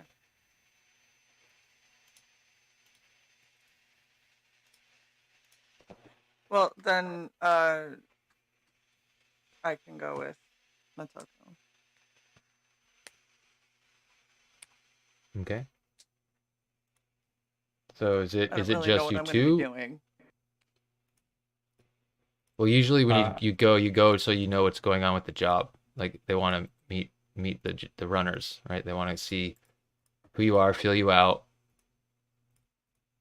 Well, If they we want don't to know pay you to her. do the job. We don't know her, and So she doesn't know us. So Hmm. I'm fine with the first meeting not having all of us here because All right. Well, there's then, yeah. Then you go by we don't- yourself and let us know. you. Okay, where do I go? okay. So you end up going that night to the Kodama Lounge and sit there for a little bit when someone comes up to your table and they go, Ara Ara? As, like a questioning tone. Like, is that your name? I'm sorry. You picked it. I have to come up with a better one, but for now it's just hilarious. Yeah. Would you like to share an onion ring? No. And he it's like a big Goliath in a nice suit, shaved head, like a ritual tattoo sort of from the brow that go back down and disappear into the suit, and then he has a hand that's covered in tattoos. It's almost all black with the tribal on it, and he puts a device down at the table, and then a hologram sort of pops up, and it's just a image essentially of like the Gourmet Works logo. So it's like a circle, the G and a W, and then it says kind of like Gourmet Works around the trimming of it, and it's sort of spinning there in front of you. And she basically goes, "Huh. I was hoping to get to see more of your team. Mez spoke highly of you. But Well, we don't like to put all of our edamame in one basket, if you get my drift. understood. Everyone does business differently. If you trust them, then I trust you for this. So, this dragon swarm that's going around, the reward for it is 15,000. But that's just to prove that it's been destroyed and that it won't be burning any more properties around the city, which personally I don't care about. A lot of those places have been abandoned by Cerberus and are crumbling and making our part of the city, Crag Holdings, look bad. So let them burn. What I want to know,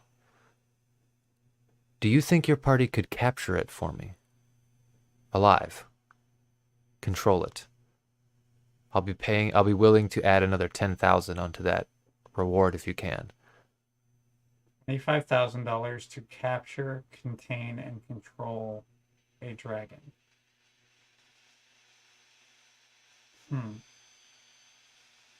By the way, I'm live streaming this to the party. Okay, yeah, that's fine.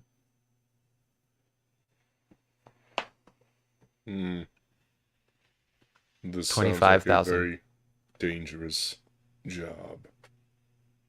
It sounds like a huge ask. Well, I could ask someone else. So all you have to say is no. You too. Do you have any information about it? Yes. The incidents that lead to these infernos all seem to have the same signs.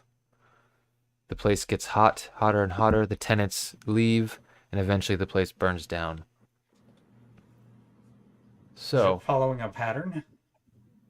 For instance, is yes, it attracted to residential areas, commercial areas? I'm not sure what it's doing there, but it seems to be drawn to different kinds of buildings. It's burned down a couple apartments. It's taken out a showroom, a car showroom, and a few restaurants. But all of them, the temperature starts to rise in the building pretty slow, and then more rapidly, and almost the same ratio in every building when we go back and look at the data. The sprinkler systems all pop off around the same time. There's short circuitings in the systems around the same intervals as well. And that is currently going on in an apartment complex at the edge of Neo-Tokyo and Steel Mountain District. Are you pointing somewhere, Woodrow? I saw you moving your mouse. Now I am. Sort of an apartment complex in this corner, close to the So Pachinko motel where Astrid lives, or Astrid hangs out. Yeah, Where was and that's the, like where was 6 the blocks from iron- my apartment. Where was the was ironwork that? facility that I was told about earlier? The one that's on this moon, or the one on Quay Prime? The one that's on this The one moon, that's- yeah. It's by Camp Silver Lake. It's on the other side of the camp. It's Oh, essentially okay. north of the camp that's down here. All right, so not really close to that area. Okay, got it. No. Sorry, I didn't mean to interrupt. No, you're good. What are the exact terms of this contract? No takesies, backsies. If you You go break in, it, you bought it. no. If you go in and manage to stop it and put it down, I will still give you the reward that's promised out there by the corporate agents. That will still be yours. But if you want that extra, I'm going to need you to prove to me that it's contained and controllable. If I can benefit from it, then you'll get your 10,000. So like roll over, sit, heal kind of thing, or like I open the door to its cage and it doesn't immediately eat me. I want to be really clear on what the expectation is here. The data and demonstration you choose to prove that to me is on you, as long as you prove it to me.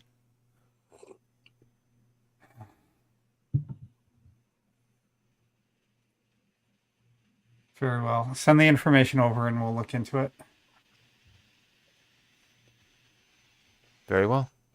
And then you're given the information on the fires and the stuff she was talking about. Just so I know, is there like, are there satellites for this moon? Yeah, there's satellites everywhere. Hacking into them is kind of complicated, but yeah, they are. They're there. Okay. So basically, I'm trying to determine whether or not like satellite thermal imagery is a thing that could happen. Yeah. You probably guess that's in the data that she gave you, which is how they got some of the temperatures and how it rose and the ratio and the speed of how it was rising. So yeah. Right. I don't just mean past. I mean like present and like live view kind of thing. But yeah, I'll look through Yeah. it. Yeah, but she doesn't give you access to that. You'd have to hack into the satellites for that. Oh, that's fine. I'm sure that I can fail at that pretty spectacularly. Thoughts, guys?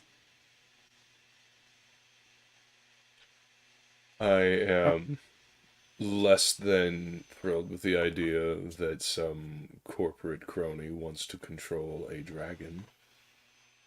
Yeah, I don't particularly feel great about that either, but you know, it gave us some information. It did. It's Some person, yes, she is. Raven is very dedicated to being a mime. I'm living the dream, baby. I think that's the first time you've spoken in an hour. I've been waiting. I'm not here. I'm just listening. Yeah. I've been trying to get her in the party. That's why I live streamed to all of you. Well, I'll finish my basket of pseudo onion rings and then head out. Yeah. But you do have a spot to go investigate, and it's now that's day 7 evening. Okay. I'm gonna drive by there, I guess, on my way back to my half-melted apartment. Alright. Since it was the evening, and make the information available to the group, Dropbox style, and probably go to sleep. Right. So are you just doing a drive-by, like, as in you're just driving by it? Are you getting off your bike to walk around at all, or are you just straight up like, whoom? Well, what's the building it's in? You said it's residential, is that right? Yeah, it's like an apartment area, essentially. Any like food stands, shops, anything like that in or around the building? Across is sort of like a little deli, and then there's another building that's like an office building. But it's actually kind of close to the outskirts of the city. So it's actually kind of, there's a little bit of open space around the buildings, but there is a office building across it. Seems to be, let me open the thing. Mediarch. It's a Mediarch building, which is essentially galactic media powerhouse. So there's that's across the street. So I'd like to just basically scope out the area, see, camera coverage, police presence, that kind of stuff. Understood. So when you drive by, what you actually see, you come down the road, you see out front, there's the tenants, or some of the tenants are all outside, either having smokes, leaning against the wall, sitting on the stoop, trying to find some shade. You see that there's one guy, looks like he might be the guy who runs the building. He's got nice pants, like khaki kind of deals, but they're rolled up to his knees, and he's standing in water that's spraying out from a hydrant that kids are playing in. You can see a big Thagorian alien has turned the hydrant on, and he's on the phone, yelling, basically being like, "We can't take this anymore. It's too hot." As you drive by, you also see someone almost stumbles into the road, a half orc with, he's kind of got like a bundle of things on him. He almost looks like a one-man band, but when you start to look, it's like technology. It's not instruments. He's got sort of a device in his hand, and he almost stumbles out in front of you, but you stop, and he kind of like looks up at you through from behind like prescription goggles. They're not glasses, they're like goggles, and they seem to be magnifying. And he kind of looks up at you and pulls them up. He's like, oh, I probably shouldn't walk around with these. Sorry. And he looks back at his device, and he's walking around the area going, my math is sound. I know the swarm is here in this building. And his meter, you can see his meters like starts beeping slower and slower as he's walking away from the apartment complex out into the street to the Mediarch building. He goes, oh, wait, no. Maybe it is. Yeah, it's this one. It's got to be this one. What are you tracking, friend? Give me a persuasion check.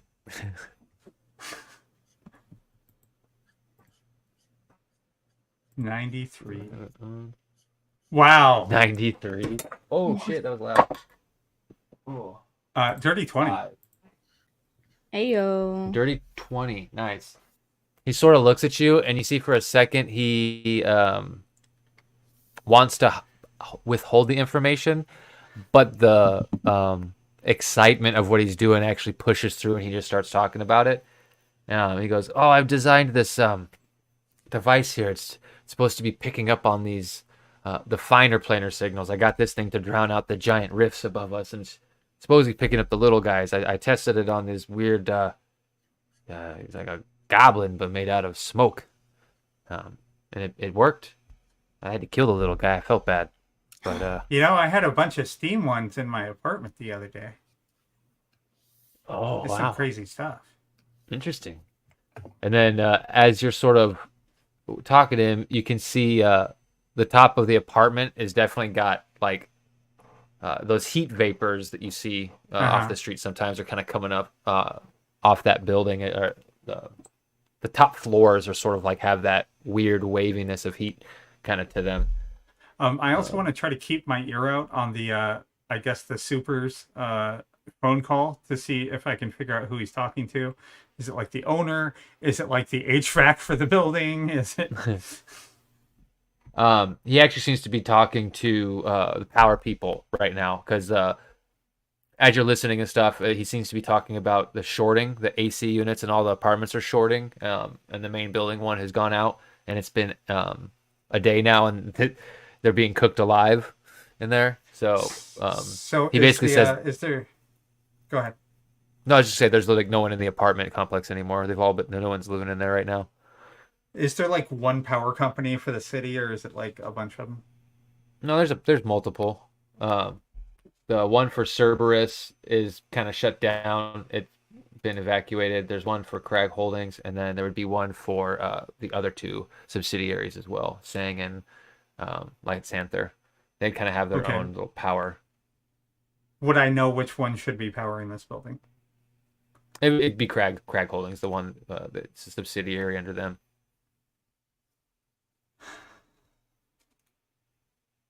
I'm going to call Astrid while I'm talking to this guy. Mm-hmm. Okay. Do you answer? No, I send you to voicemail. What do you want? Okay, so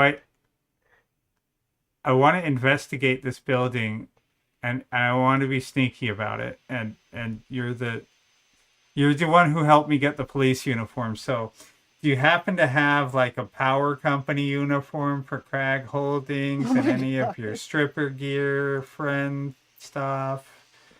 No, you don't. Wow. Damn it. Stripper gear friend stuff.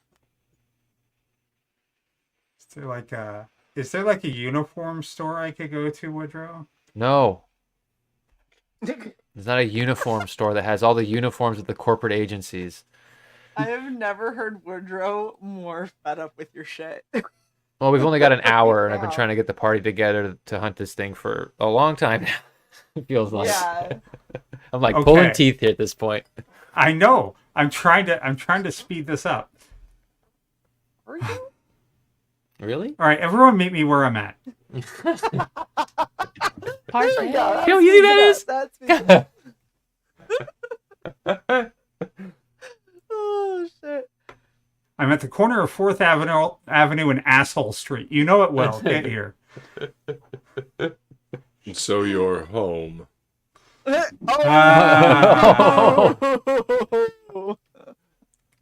Do you tell Vizar about the orc that is tracking the swarm, and he's been able to differentiate between the portals and the smaller signatures?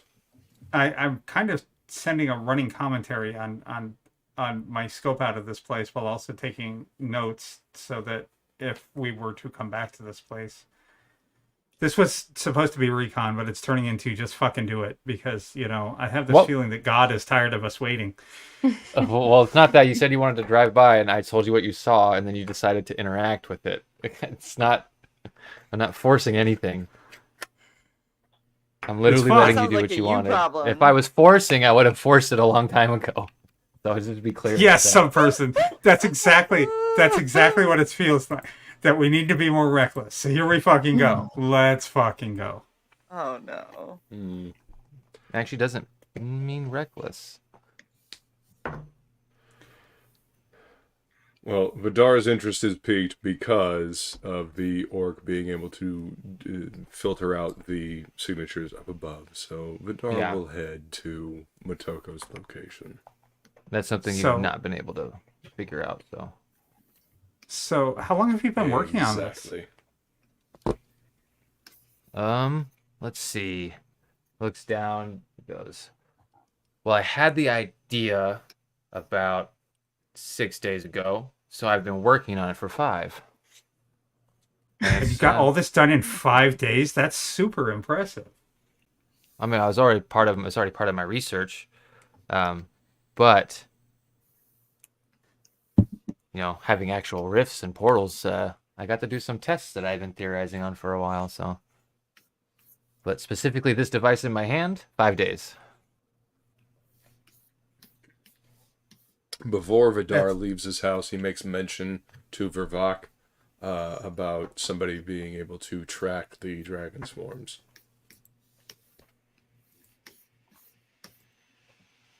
Okay. He just kind of takes it in, but he's assuming that they're using like tracking heat. And then when you say that, yeah, the specifics of it, his eyes sort of go, be careful. always.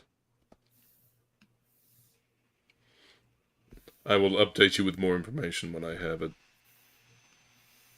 Understood. As Astrid and Raven, as Astrid and Shelly pull up in the trauma unit, Vidar, you would show up essentially a little bit later from like one of the Johnny cabs, essentially, in the area that you take, which, like I said, you don't have to pay for or anything like that. So Motoko, you're just kind of hanging out with this orc, and you see a couple more people come out of the building, and they're just like, one of them is like, the 6th floor is 132 degrees. My floor, the 4th, is 124. What the hell is going on? This isn't normal. Ugh. And then someone else says, like, I mean, have you heard about the other places catching fire? Maybe it's gonna go.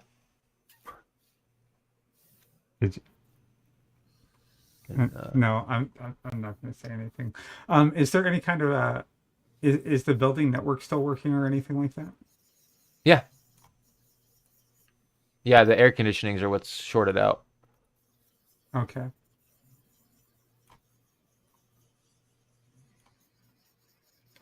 Shelly, tell me that your mobile trauma unit has a fucking siren like the Ghostbusters. Well, car. I'll tell you what, it happens to have a siren just like the fucking Ghostbusters.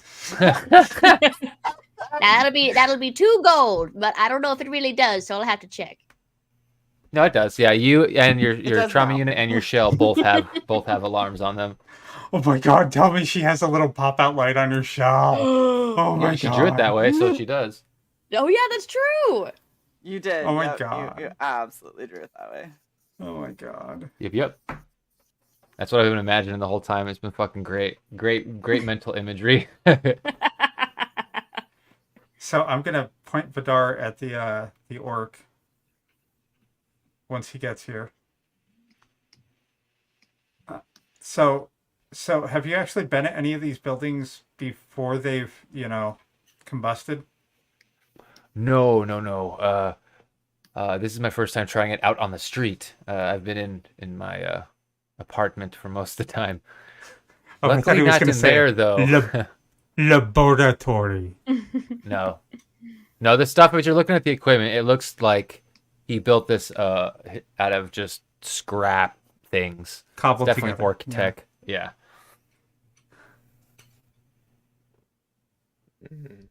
So your research, are you an academic or do you do this for fun?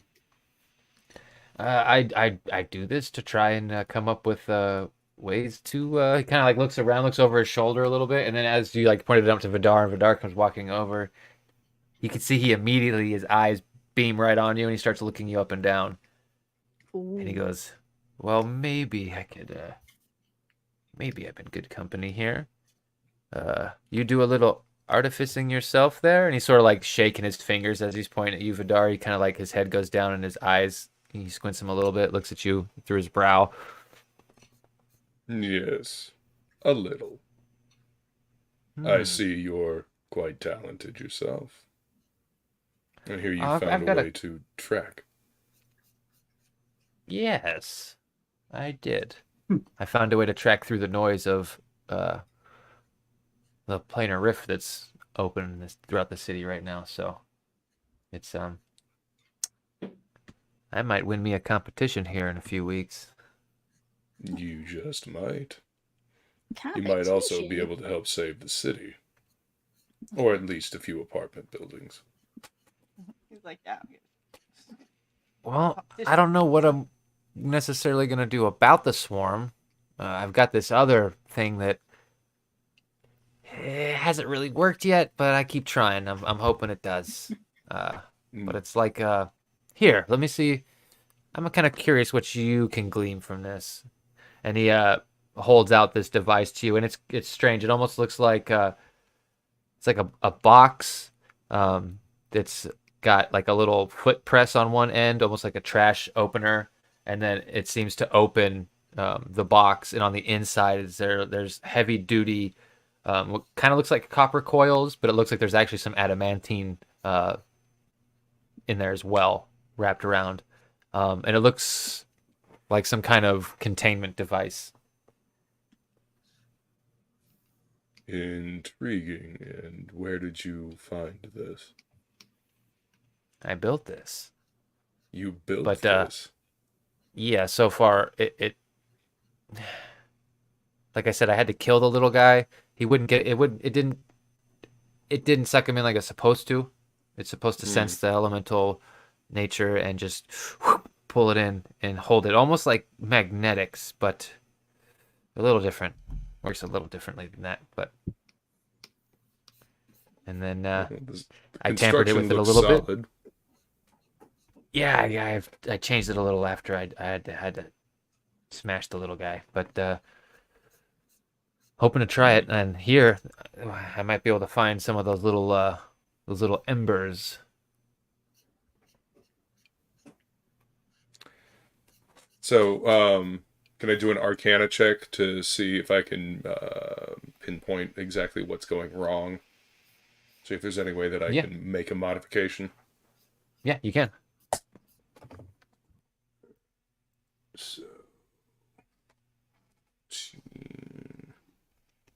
So that's a 19. 14 plus 5. Okay.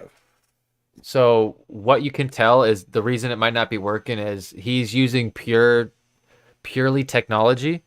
There's a chance this might work, but from your knowledge, the chaos that comes along with planar elements might be it might be a little too much for the sensor to pull in, right? Like the containment field.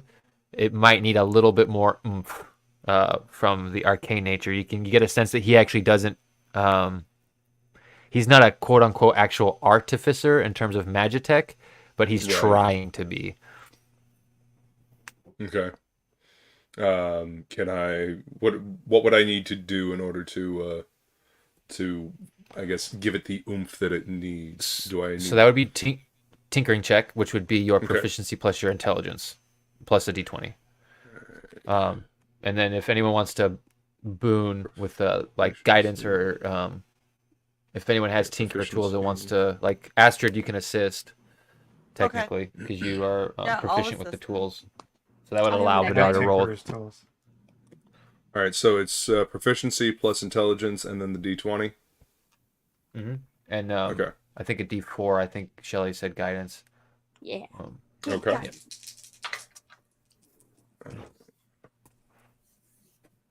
So let's see.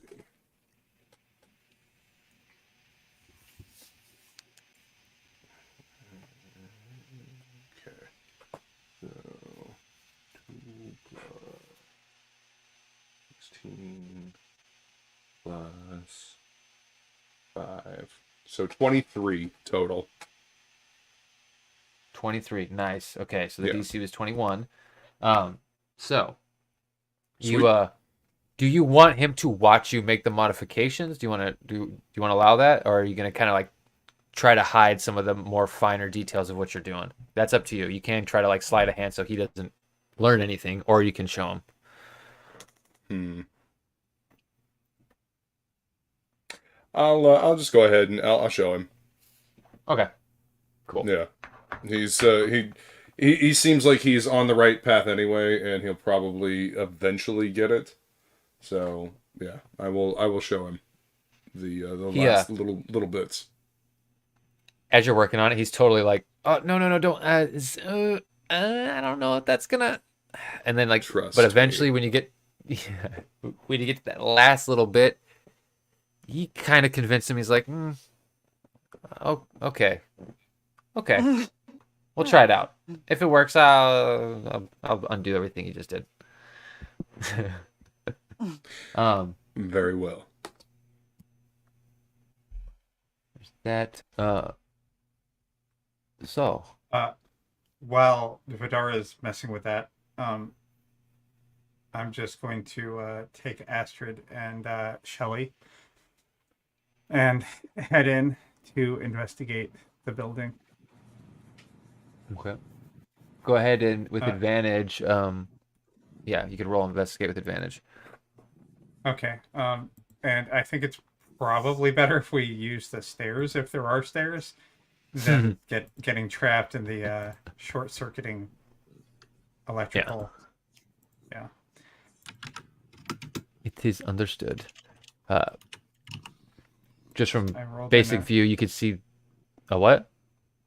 I'm sorry, I rolled an 11 and a 20, so 22. Oh, nice. I thought you said a nat 20 for a sec. I'm good enough. Yeah. Basically. You do see that there is a stairwell. There's an elevator. There is a back exit. Two technically.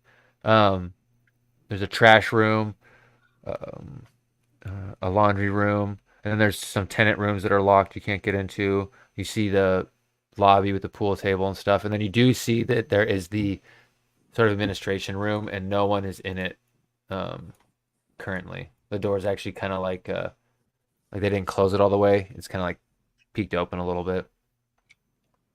Are there any cameras in that room? Yeah, there's cameras in the building, and if you kind of like peek in that room, there's cameras in there.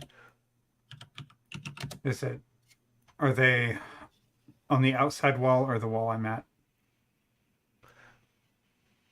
The wall you're at, there's one at the back. If you go straight to the back of the hallway, there's a camera in there that looks down. And then if you look into the room, there's a camera in the little corner kind of above this plant that kind of watches the room here. Oh, fuck it. I don't even care. Is there just a way to hack this system? Yeah. Okay. You can look at a camera and try to hack into the camera. Yeah, and I'd like to kill the cameras and erase the last, I don't know, however long it's been since I drove up in front of this. Yeah, building. that is several actions. So go ahead and try and get root access. Give me a use computer check. And what's your snoop? Give me 1 second. 14.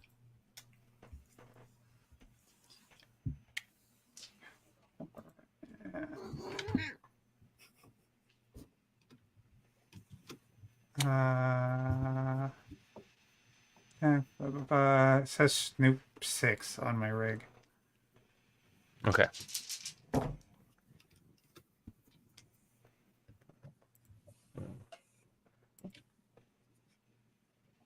And let's And see, then 14 plus used computer. It's a dirty 20 on my used computer. Okay.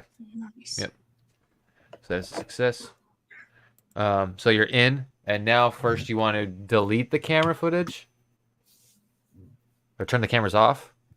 Turn the cameras off. Okay. So go ahead and give me a used computer check.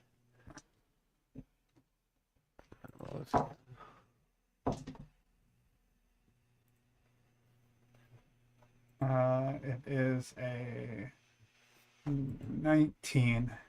Okay, that's good. Yeah, the DC is not that. When you're moving around the system, you can tell that this isn't like it's not a super protected, crazy high security system. It's just pretty moderate. And then so that was a 19. And so that is turning off the cameras. And then what is the other action you wanted to do? Just review the camera footage, see if I can see Okay. evidence of, the fire stuff that we're looking for. Okay.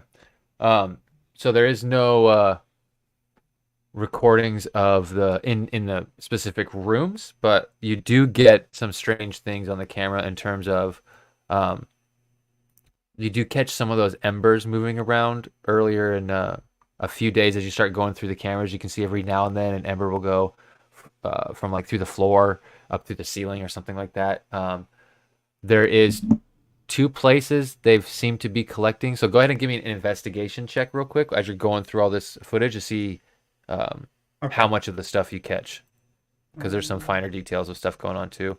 But you do feel like reviewing the footage, they are probably coalescing at the top of the building somewhere. You also see there's okay. A 22 with a nat 20. Nice. Yes. Investigate. Okay. So you see there's definitely a lot of activity at the upper floor. If you're going through, there's mostly there.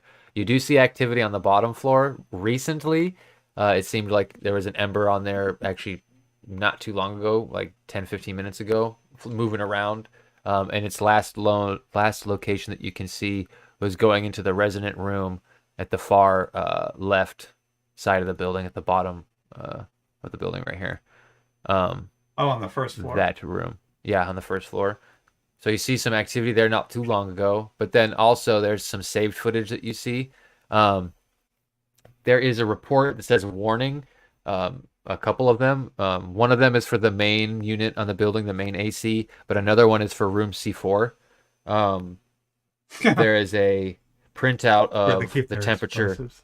Yeah, it's the 4th floor. Let's see. They go.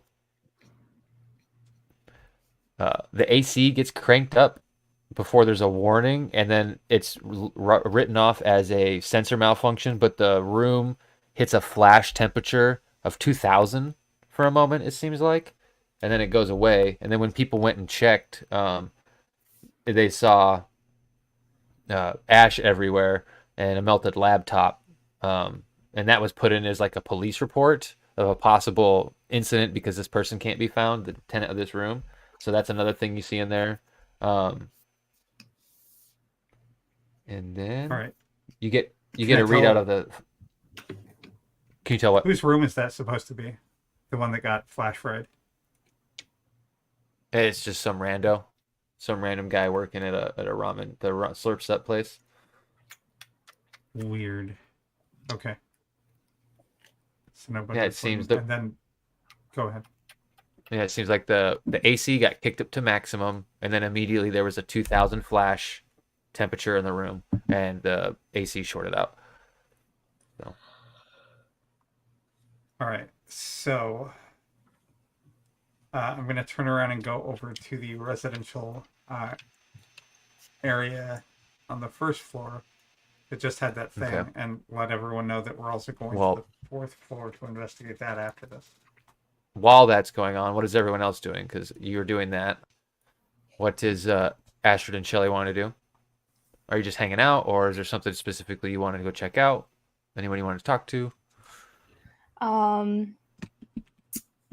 There's none of those little fire guys are within, eyesight, right?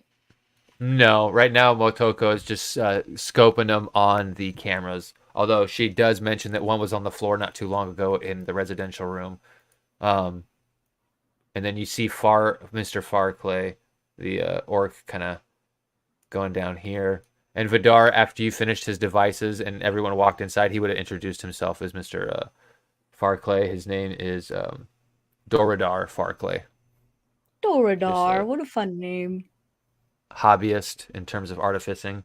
And definitely doesn't have his no knowledge of the arcane in terms of construction and tinkering.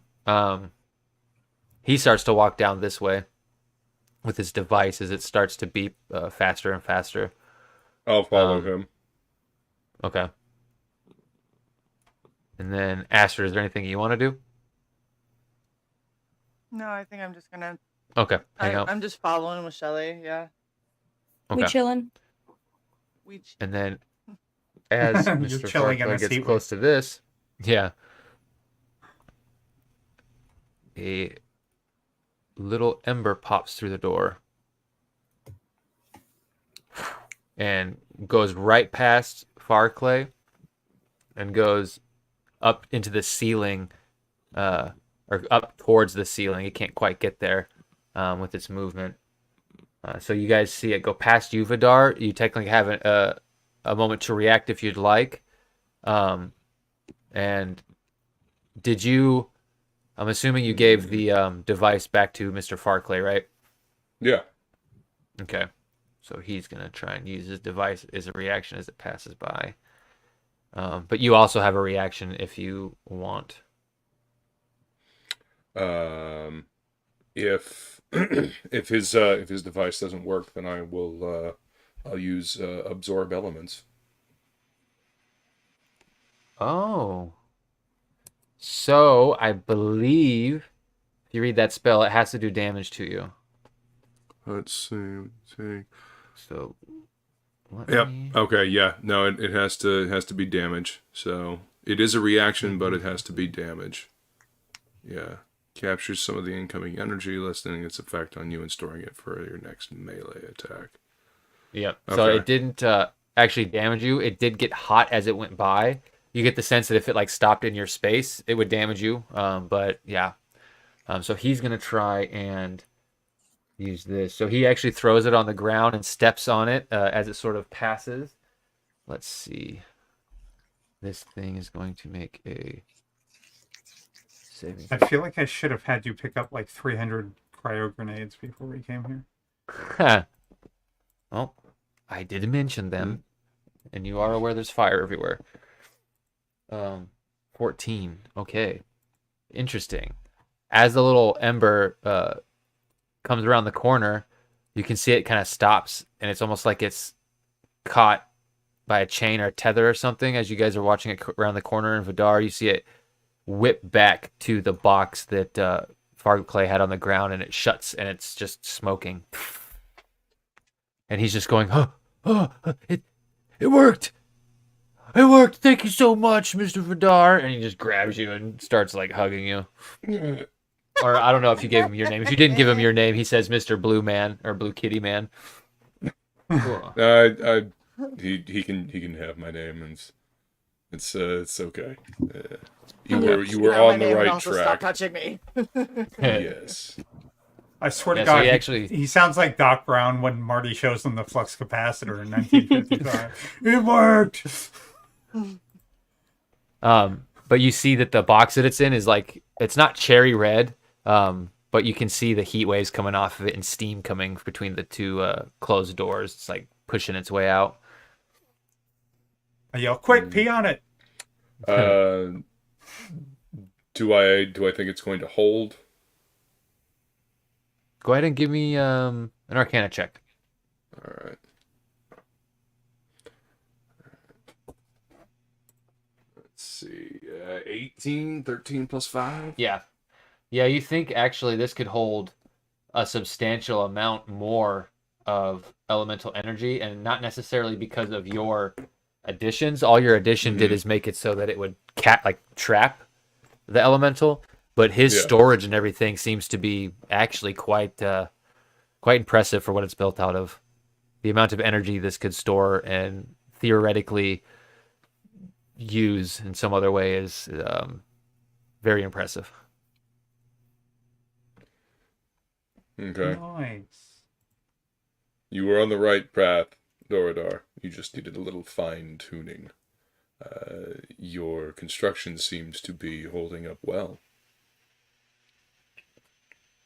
Well, I mean, it wouldn't have even worked if it wasn't for you, so I appreciate it, but really, thanks. It goes to you. There may be a need to make more of these. Do you have the supplies to make them? Yeah, theoretically, I could make a couple more of these right now, if I had to. Excellent. I may need to commission you. First, let's see if we can find the rest of the embers in this building. Hey, Fedor, how many cryo grenades you got, man? For the last time, Motoko, I don't have any cryo grenades. I thought you had 3 of everything. No. No. No, of two Damn very it. specific kinds. All right, we've got the one on this floor. We need to go up to C4 or 4C, whatever. The 4th floor. Also, why would I need cryo grenades? I've got frostbite. Well, I've got a stick, so let's go. Monks, baby. What are you gonna do? I'm gonna fucking punch it. That's what I'm gonna do. Hey, that's what I did when I was, a barbarian. What are you gonna do? Hit it with my axe. You gonna try something else? No. No, but your axe has like fire and lightning. Yeah. Well, and that was the funny thing is Woodrow would be like, "Do you want to use fire, baby?" And I'm like, "Yes, I totally said that before." Like, I don't Let's know. just assume that always. So go ahead. I need to roll real quick. 10. So that's a 10 even, I believe. All right. Go ahead and give me investigation, or the door isn't locked. It's been open because it's being ready to. Some people are going to come investigate it, hopefully, if that ever gets fulfilled. But if you sort of pop it open, you get a like barbecue smell almost in the place, like a burnt barbecue, not good barbecue. And you kind of 16. 16, nice. Dirty Everyone 20. else, if you dirty 20. 20's good. Okay, Anyone so else I will wants- have assisted with Vidar's then. Well, my investigate's a +2. How about you, Vidar? My investigate is a +3. Okay, then I assist Vidar in his investigation. Okay.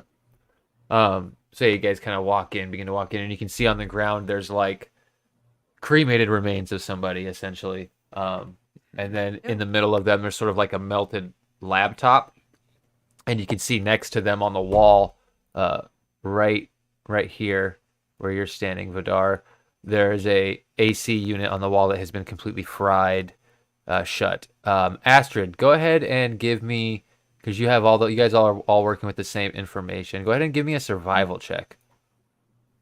Okay.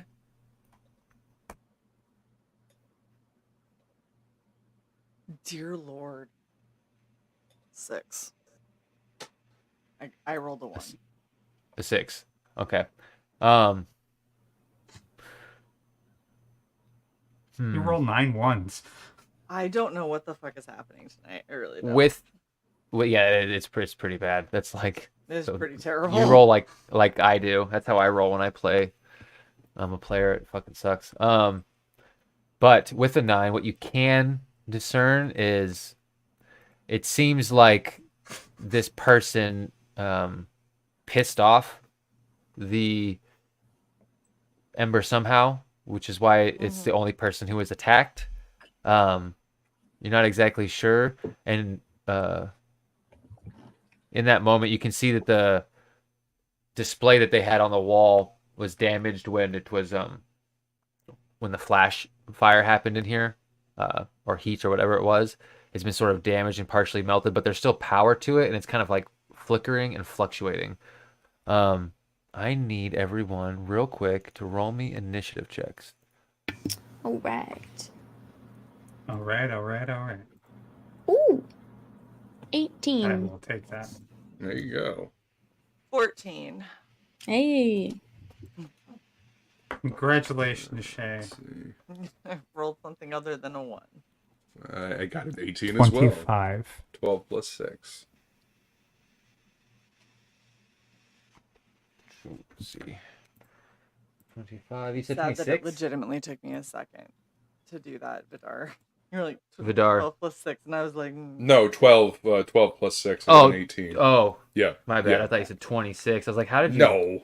get a No. 26? That's badass. It's net 20 on the initiative. it's amazing! Yeah. So I got That's the only way I 25 could have for- done that. 25 for that's the only Motoko, 18 Vidar, and then what were the other two? 18 for Shelly and 14 for Oh. me. Yep. Okay. And what is your two's dexterity, Shelly and Vidar? Dexterity is looking like 0. Goose egg. I've got a +1 to Ooh. dexterity. Okay, so Vidar is technically first in terms of that on 18 initiative. Okay. So, what you do see is two of these embers pop out of the TV, and as they kind of come out of the TV, you can see that the fluctuating of the screen that it's trying to show goes away, disappears completely, and the TV is completely out of power. But Motoko and Vidar, they sort of touch you. Ow. No consent. Let's see. Bad touch, Are bad going- touch. Motoko, I got the purpley blue ones for you. Oh, a 7 and a 5. I think you guys are good. So the touch attacks don't hit because that's only a 13 and an 11. So, but they do stop in your spaces. And first time a creature enters its space on a turn, the creature takes. Okay. All right. So that is. You can tell as it's close to you guys, your shields are starting to take damage from the fire, and your guys' shields take max 8 fire damage. Motoko and Vidar, but that goes to start of initiative. Motoko, you are first. Okay. Now, do we still have the 15-point shields on top of our regular HP, or? Yes, you did. That you always have that as long as you have your shield on you. Okay. And as long as it's not taking damage in a fight, as long as you're coming into a fight clean, yeah, you have that 15. Okay. So 8 from that first. Yeah, and then it's Motoko at the top. Okay, where's the orc Dorito? Orc He's at the back. Dorito. See, he's pulling out his from the side where he has the little box hanging. He's sort of pulling it up and disconnecting it from his hip. You can tell it's not to him yet in initiative. He's last, unfortunately.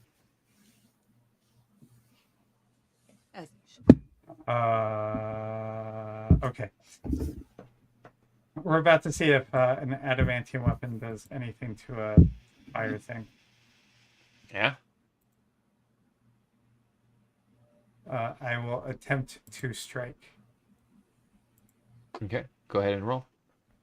A 14 plus 6. A 20. Good night. So you hit it. Go ahead. I'm attempting to bat it towards the orc. Oh, okay. Very So- noble. I'm trying to get it close to the collector that he's pulling out. Are you doing damage? You're just moving it then, because you can move it if you want, but you won't do damage. You're like sort of trying to push it. I'm just trying to push it. Okay. So go about 10 feet this way. So Shelly, a fire ember spirit, gets hockey pucked at you from Motoko's direction. Yeah, it pops out and I just go, and swat it. Do I have enough reaction time, or is this my turn? No, not yet. I'm just letting you know Okay. that you're not quite in its space, but it's right in front of you. Oh, fantastic. Next, Vidar, you're technically before Shelly. Okay, so it's my turn. Mhm. Okay. I will use my frostbite cantrip on the ember in front of me. In front of you? Okay. Yeah.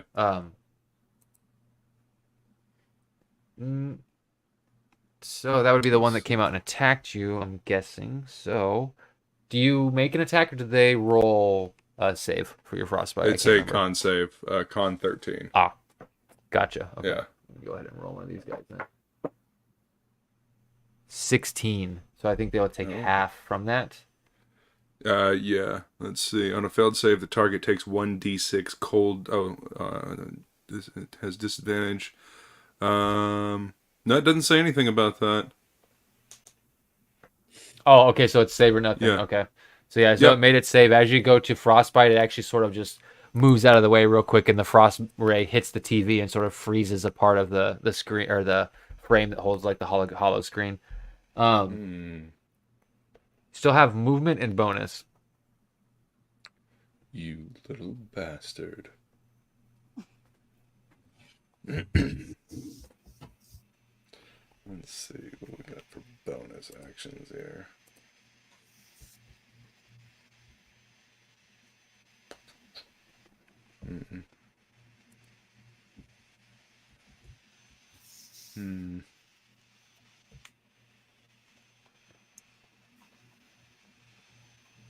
All right, well, I guess by move he gets an attack of opportunity, correct?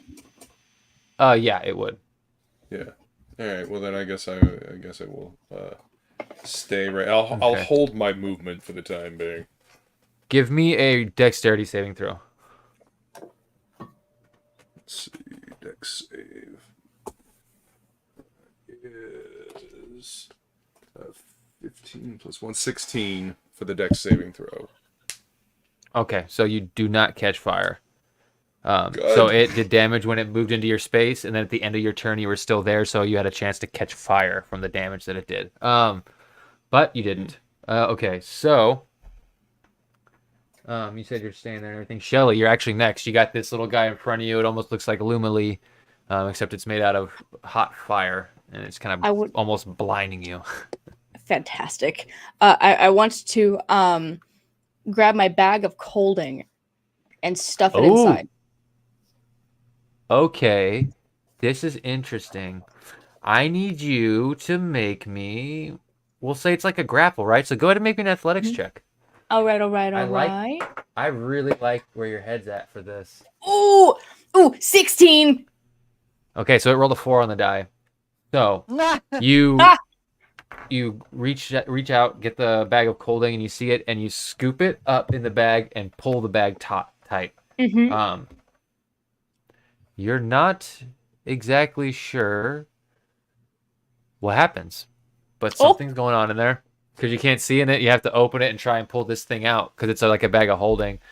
So you have to put your hand in the bag and think about the ember to pull it out if it's there. If you put your hand in and think about it and nothing comes into your hand, it's gone. It died. Oh no! I may have killed it. All your shit's defrosting right now. He might have died. There are worse things to happen. So it's a bag of colding, and they are susceptible to cold. That's their weakness, their vulnerability. And they have a thing that if they're ever put in water, they take 1 cold damage if they have to move through it. So being it put in a place that's like a freezer is just going to do continuous cold damage to it. So yeah, as you go. I'm telling you, you're going to stick your hand in there and it's just going to be a bunch of thawed out fish sticks. Yeah, there's also no air in there. Oh. Ooh. But that was an action. You still have bonus and movement, and this guy is in your bag currently with his little bundle of hit points. I want to look at everyone and ask, should I try to take it out before it dies if it's not already dead, or do we commit to the bit? Do we really need it alive? Wasn't we gonna get like buku bucks for this? For a The dragon spirit, yeah. The dragon. These are embers. So this guy don't mean diddly. That is correct. Then we'll leave him be. This'll be our science experiment. I mean, if we could keep one perpetually in something that wasn't going to kill it, I mean, we could have an eternal lantern of some kind. A Pokeball. Make a really good flashlight. Pokeball ghost box from Ghostbusters, essentially. But yeah, you still have bonus and movement if you want to move or I don't know if you have any bonus action spells, but anything you can cast. If not, I can create water, but I there's really no need for that right now. Is there?